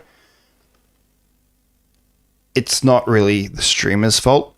I would actually come back and say streaming is right now better for the industry. Yeah, because it's keeping keeping studios going, and you are getting people to see your stuff. Exactly. I mean, even Netflix recently though, like they are really pushing, and Amazon. Yeah. And Apple, really too. They've released core products into theaters. They have. Excuse me. Stranger Things season 5's finale. They released it in The cinemas. Boys. The Boys, for example. The Boys got the last season. Also, Project Hail Mary. Project Hail Mary. That was an Amazon project, and that got released in cinemas. F1 was an Apple. Jesus Christ, are you okay? Oh, just dust, man. Just dust mites. F1 was an Apple movie. That's right. I remember that. And that was a cinematic release. That's Brad Pitt movie. Yeah, fantastic movie. I know. I've heard it's good. It's really, really good. I didn't go into it thinking I was going to like it. Ironically, came out loving it. Ironically, just reminds me of Rush a lot with Niki Lauda in that. I think it's better than Rush, honestly. I reckon they're both par on par in my personal opinion because I love Niki Lauda's We haven't story. seen F1 yet. No, but I have seen enough. I've seen some previews for it, and I've also watched Rush, and I love Rush because I love the story of Niki Lauda. And did they go much behind the scenes of like F1 stuff on in Rush?